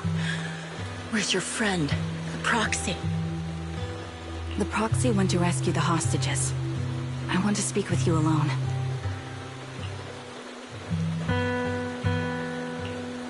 A sniper should always monitor the changes to their surroundings, factoring the environment into their tactics. Being blinded by the intent to kill and failing to take this into account was your downfall. Didn't expect to be lectured by a youngster. What a disgrace. When my view was blocked, I realized you'd used the visual blind spot to reposition. So I adjusted my aim accordingly. But I still couldn't hit you. Your prediction and accuracy were spot on. I was just saved once again by this. By both this harmonica and by my former comrades. Are you trying to say that this is destiny? That it's the will of my companions guarding me? I lost to the wave of ethereals, to the military's betrayal. And now I lose to your reckless actions, driven by some ridiculous fantasy. Your fantasy, your attitude, your very existence, and the outcome of this battle, they are the greatest denial and insult to my revenge. Yet you're emitting a much calmer ether energy now. Almost as if you found relief. My vision is fading. I can't see my comrades on the brink of death anymore. My wound wounds are fatal. I don't feel any pain. Relief. It's not such a bad thing. Did you intend for me to kill you from the start? Let me answer that question with a story. The first time I saw you was actually during the fall of the old capital. My comrades were all dead, and the reinforcements the higher-ups promised before the mission never came. I can't even remember how long the fight went on. Ultimately, I had no choice but to retreat, failing to bring back my squad mates' bodies. I made my way through one battle line after another. The advanced troops were nearly wiped out. But when I reached a certain front, a small squad of survivors called out to me. Few people can still stand after such severe corruption and injury, but all 5 of them were still fighting. They were protecting a girl who had lost her sight and fallen unconscious while searching for a way out of the hollow. They told me they were beyond saving, and if I planned to retreat, I must take the girl with me. I couldn't turn down the last request of a group of heroic soldiers about to die in battle. Your comrades entrusted your life to me. I was the one who brought you out of the hollow.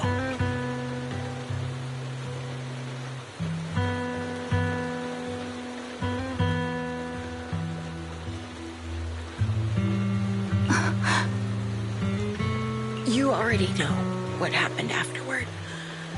It didn't take long for you to leave the Defense Force after you came to. Just like me.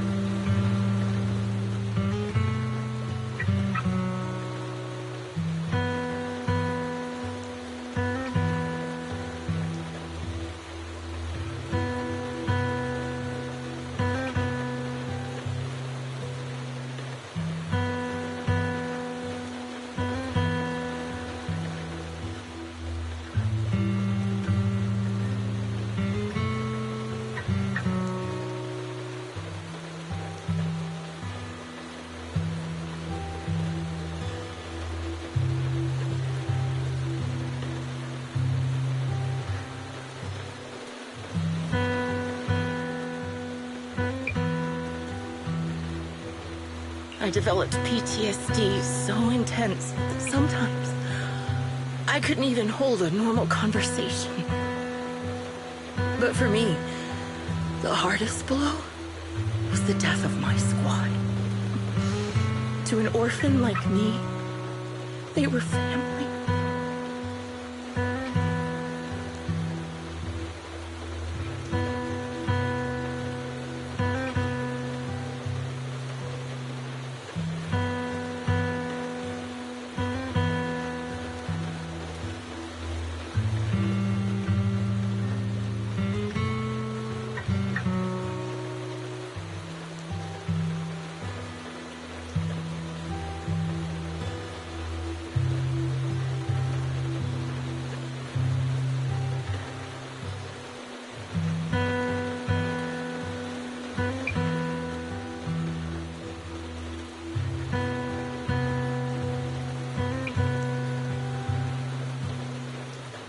If the reinforcements had kept their word and provided support, they wouldn't have died for nothing.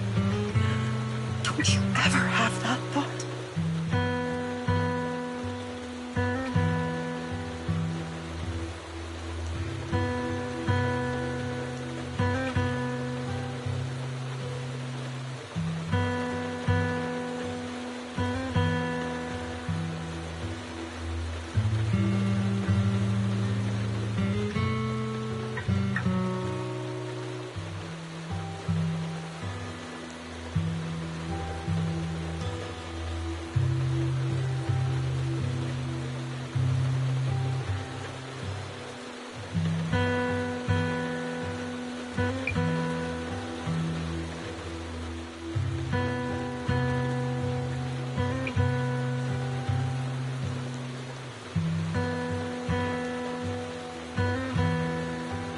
say I don't would be a lie.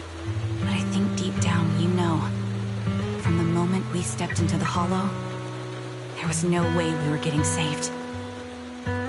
Given how quickly the Hollow was spreading, and the ever-increasing number of ethereals, it would take the sacrifice of countless Defense Force troops to suppress it.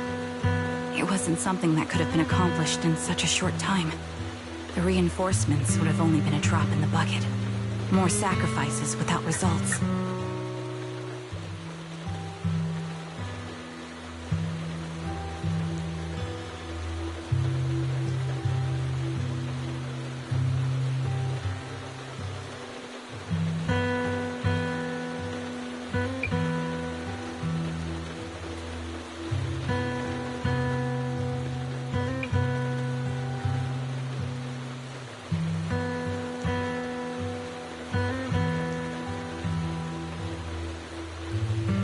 Canceling the reinforcements, sending the advanced troops to rescue as many civilians as possible to minimize casualties. I think most commanders would have made the same decision. Objective and cold logic. I understand it, of course. But when you see members of the reinforcements living happy lives years later, can you still keep your composure? I couldn't. Even if the chance was minuscule, I wanted my squad mates to survive. But they turned that chance to zero, and still have the nerve to embrace a peaceful future. I can't help but resent them. By the time I realized what I'd done, I had already taken several lives. Nathan. When I tied him up and was about to kill him, he begged me to spare him, saying he had something to give you, no matter what. That was when you re-entered my line of sight. I think I've said this before. We're very similar, yet we have completely opposite beliefs. After meeting you, I became even more certain. In the face of suffering, I chose destruction, while you were destined to choose to protect. You're still entangled in your obsession with your squad mates. If this continues, you'll eventually sink into a void of despair. Your hope is like a bubble, ready to burst at any moment. The version of you I want to kill is the complete one, who can firmly reject my answer. If you haven't found your answer yet, then I'll be the one to push you forward. I kill you, or you end me. Either way works.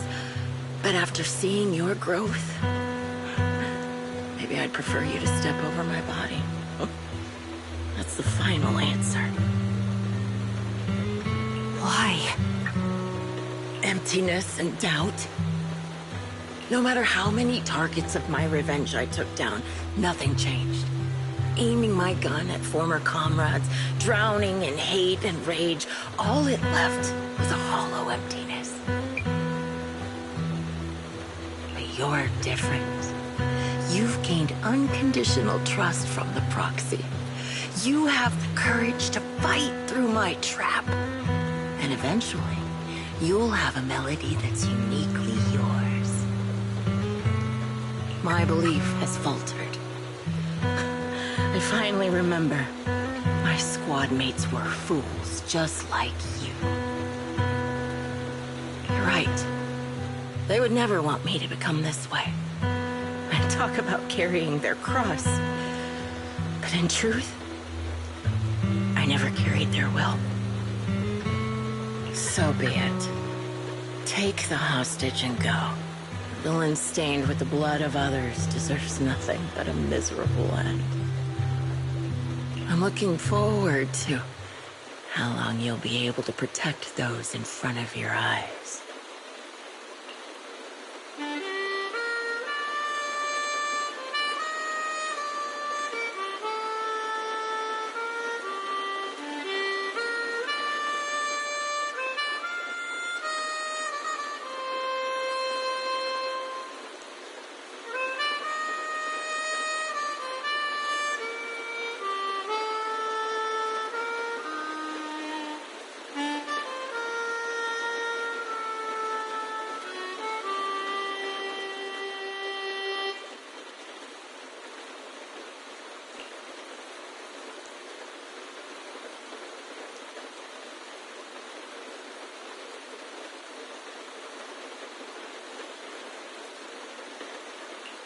can still be played after taking a bullet. Impressive. This is my final melody to you. No matter how miserable you've become, I'll still remember you. Remember we once shared the same path in life. But in the end, our paths diverged. Your hatred has long twisted into sin. But if not for you, I wouldn't have learned how to hate, or found the true targets of my hatred. I used to know nothing. My teammates served as my teachers and taught me so much. And I think you must be my final teacher. You taught me, in the most intense way, what hatred truly means. Really? So you found someone you want revenge against, too. That's good.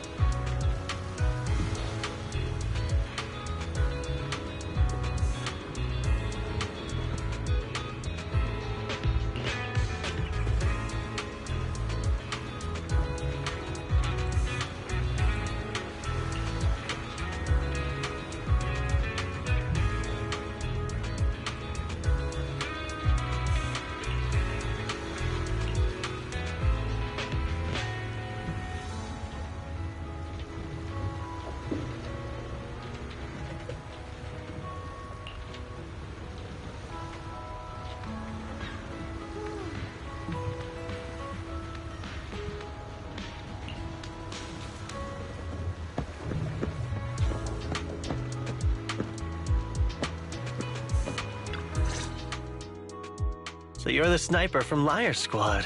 It's nice to finally meet you. And you must be the one who's been searching for me. Nathan, the younger brother of Lethe. It's good to see you safe and sound. That's right. I'm sorry for causing all this trouble. I nearly cost you your life, becoming a target of a victim from the fall of the old capital. Maybe that's what I get, not helping my brother and the rest of the defense force back then.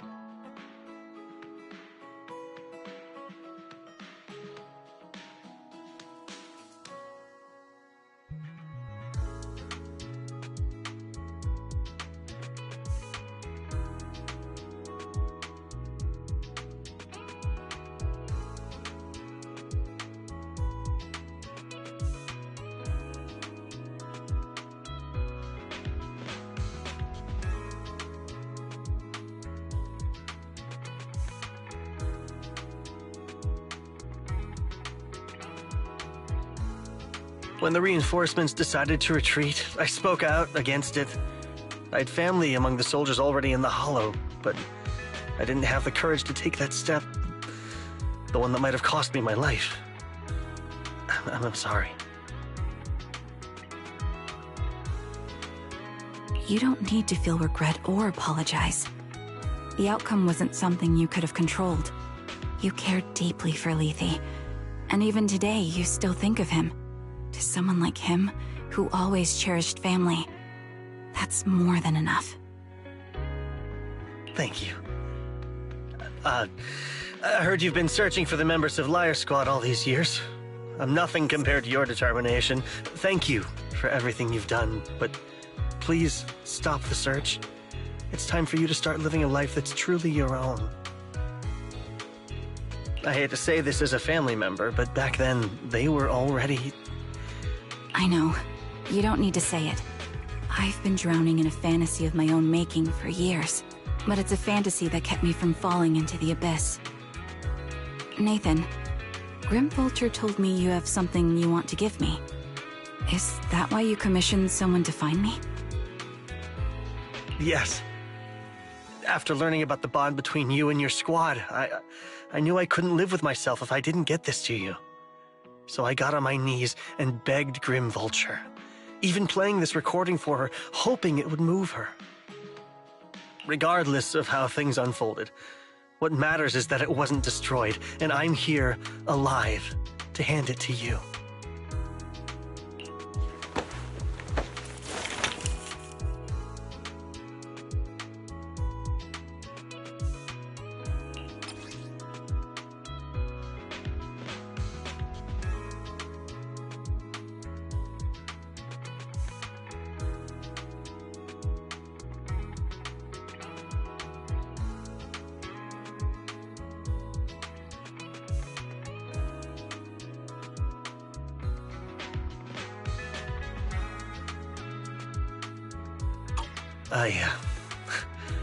I found this while going through my brother's belongings. It's been tucked away for years. There's a recording on it, and I think it's a gift Liar Squad made for you, but never had the chance to give you. Thank you so much. Do you mind if I listen to it now with the proxies? Wait, with us? I thought we were just here to collect the commission fee today. Go ahead. As for the commission fee, I'll pay it to you both shortly, so don't worry about that.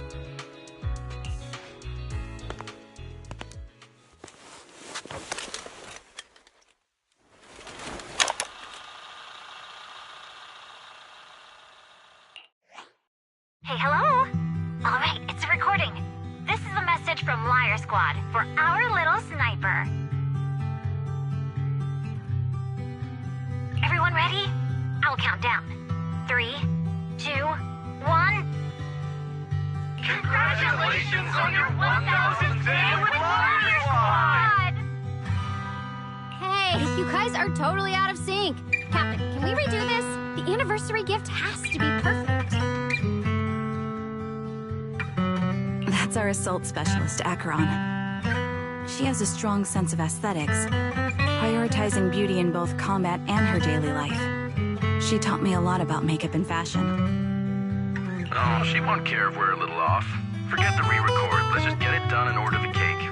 We don't want him to sell out. That's our medic, Cocytus. He's usually lazy and a bit of a smooth talker, but he's actually very capable and kind. He taught me a lot about unconventional negotiation tactics and ways of handling things. You two, stop arguing during the recording. I've already ordered the cake. If you keep rambling, we really will have to re-record this. Cut the chatter already. And that's Styx, a reliable artillery specialist. He's the oldest in the squad. He loves sharing photos of his daughter and reminiscing about how he wooed his wife. The way he won her over inspired me a lot. All right, let's all calm down. Wouldn't want to get on the captain's bad side. Captain, would you like to go first? We can edit or re-record whatever we need to.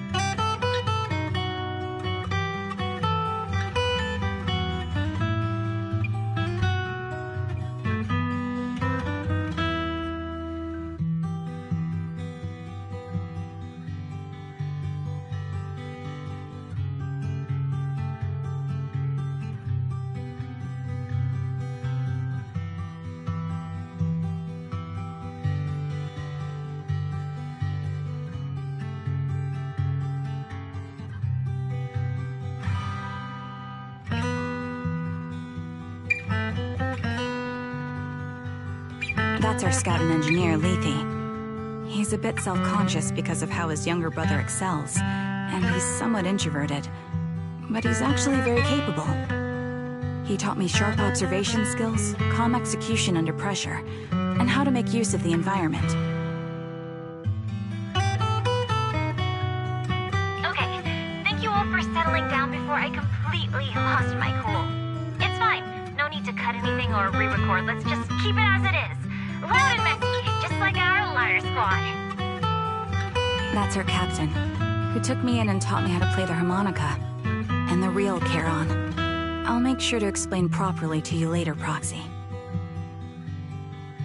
As you've heard, this recording is a little gift from the 5 of us. How time flies. When I brought you into the squad about 2.5 years ago, you were just a shy kid who blushed whenever you talked to someone. Over these 1,000 days, you've really worked hard to keep pace with our fighting rhythm. You've done incredibly well. In the last mission, your successful sniper kill of that high-risk ethereal really helped Acheron a lot. I hate to say it, but yeah, I went too far in last time. Thanks for getting me out of that mess. Just this once, I'll admit, your moves were more elegant in that fight. And not just that fight. Ever since you became a quicker shot and learned to adjust for wind speeds on the fly, we've been taking fewer and fewer hits.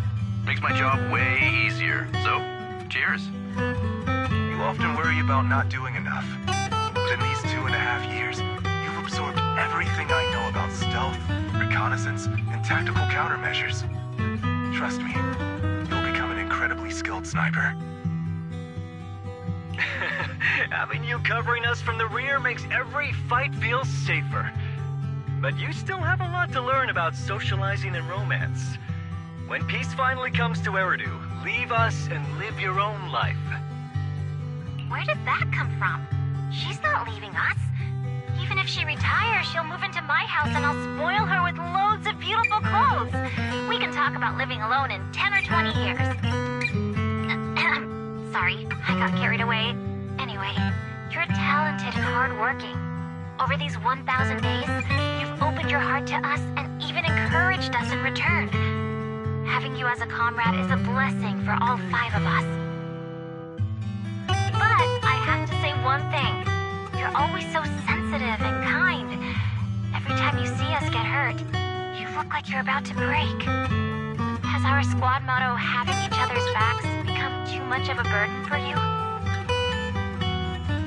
I get how you feel. When your squad mates trust you with their backs, your first instinct is to protect them, right? But that's not the way it should be. No one can shoulder everything alone. Don't try to carry everything on your own. Choosing to fight on the battlefield is my resolve. Feel it. Share yours with me. And when it's your turn to watch my back, I'll give my all to honor it too. As long as you fight with all your strength, there's no such thing as failing to protect something, because your will and our will is preserved and carried on in other ways. But don't let that weigh on you. Try to trust in us, just like we trust in you, no matter what. I've struggled with that kind of thinking myself, but I eventually made my way through it. All this talk of camaraderie, of keeping each other safe, it's like a harmonica melody scoring our time together. Even when things change, our tune will go on, and that's enough. Exactly. Honestly, I'm sometimes terrified. Afraid that someday, you'll blame yourself for failing to protect us and fall apart. That's why I wanted to record this message. Please, don't try to bear everything alone. Maybe you can start relying on us more, fully entrusting your vulnerable side to us. Our will has long been intertwined with yours. We're comrades. This is getting way too sentimental. It doesn't feel like me anymore. Anyway, we just want to see you trusting your comrades enough to share your burdens, even if it isn't us. Finally, we'd like to give you the song that's closest to us. If what we've said is hard to understand, just feel it through the music. Please, enjoy my masterpiece, Homecoming.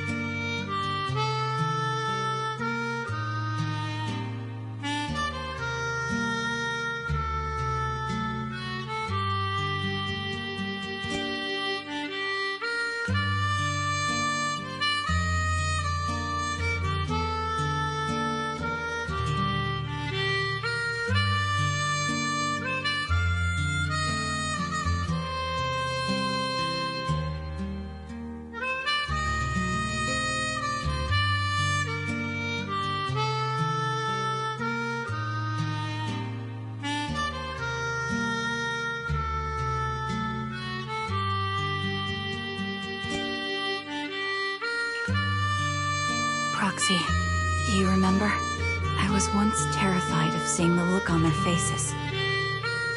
Yes. Can you see them clearly now? Yes. Crystal clear. As if I've returned to the exact moment of parting.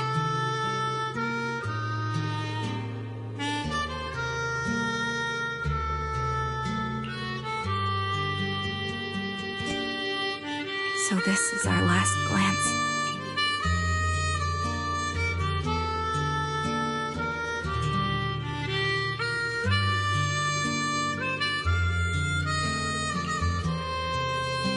This is the answer you wanted me to find.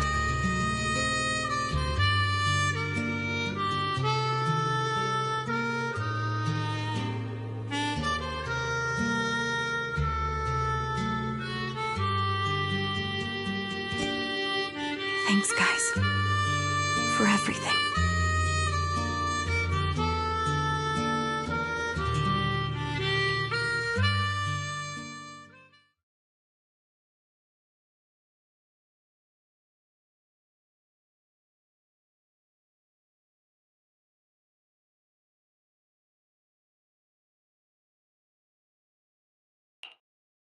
Proxies.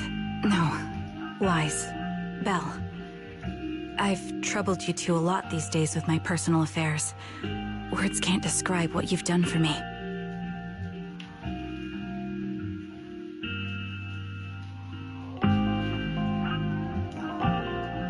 It's no trouble at all. To be honest, Belle and I have been a bit lost lately because of some personal matters. But meeting you has felt somehow comforting. Don't you think, Belle? Exactly. We got something out of the experiences we shared. At the very least, it's brought us clarity. I guess our wills have always been aligned, haven't they? Yeah. When I was trapped in self-doubt, unable to get out, I'm glad you were there with me. You're right. We've already entrusted our backs to each other as comrades. And because of that, because we are comrades, please, hear me out. Maybe you've already noticed. I'm sorry, but I've been keeping something from you. Charon isn't actually my code name. As I mentioned before, Charon was my captain's code name. When I met both of you for the first time, I didn't want to tell you my code name, because I thought someone who couldn't protect their squad mates had no right to one. So I lied. Captain Charon was an orphan like me, with no family to mourn her. I've been using her code name, because I may be the last person in the world who still remembers her. But I understand now. If I want to keep moving forward, I can't keep hiding behind a lie. My true codename is... You don't have to tell me right now. At the harbor, Nathan spoke to you privately. Was he offering you a chance to return to the Defense Force? Yes. He said he still has a friend in the Defense Force who's currently forming a new squad. And if my goals align with theirs, I could consider joining them. So, what's your decision? Where will you go next? After everything that's happened, I think I do share the same goal as that friend of his and the new squad they're building. So I'll head back to the New Eridu Defense Force and keep chasing my new goal with a new team. Your new goal? Are you going to look further into the fall of the old capital? Yes. My encounter with Grim Vulture has made me realize this should be the true form of my vengeance. I'll uncover the real culprits behind the old capital's fall and make them pay for their crimes. If the ferryman who leads me to the truth demands a price, I'm willing to wager my life. I have a gut feeling the masterminds will reveal themselves again soon. To protect the city my comrades cherished and sacrificed their lives for, I won't allow such a tragedy to happen again. By letting the will to protect guide my hatred, I now have a clear aim toward the truth.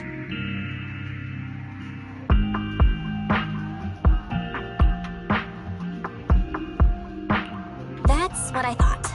If that's the case, then for now, we probably shouldn't learn your true codename, or lean on each other too much. Are you saying we're on opposite sides? No. We might walk different paths. Those paths will lead us to the same destination. It's just that, for now, we can't say any more than that. To be honest, after facing an enemy as ruthless as Grim Vulture, we're reminded of our own powerlessness. Watching you fight back, almost losing your life to a bullet, that feeling... We're nowhere near strong enough to protect you, and we're not strong enough to open up about our pasts either. Sorry.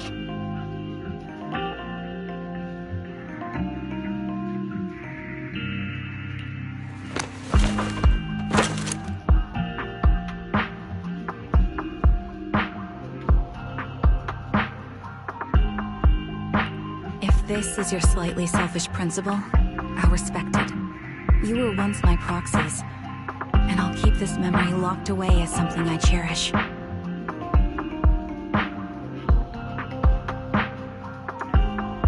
If, as you say, our destination is the same, then we should continue on our separate paths, striving to grow stronger. The next time we meet, I'll reveal my true codename. I hope we can become true comrades. I want your presence to forever remain in the melody of my life.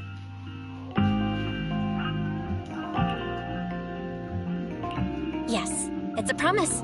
We'll meet again, Charon.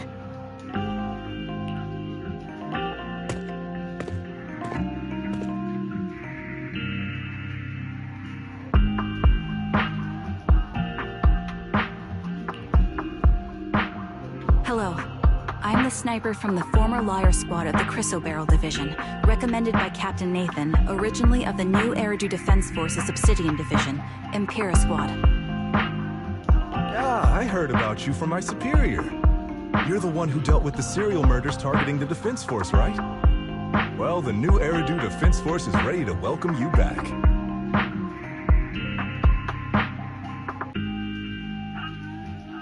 Let me confirm a few details before taking you to base.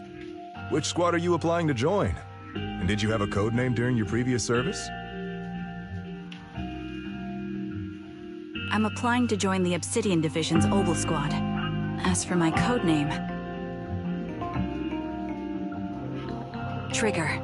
I was Trigger of Liar Squad.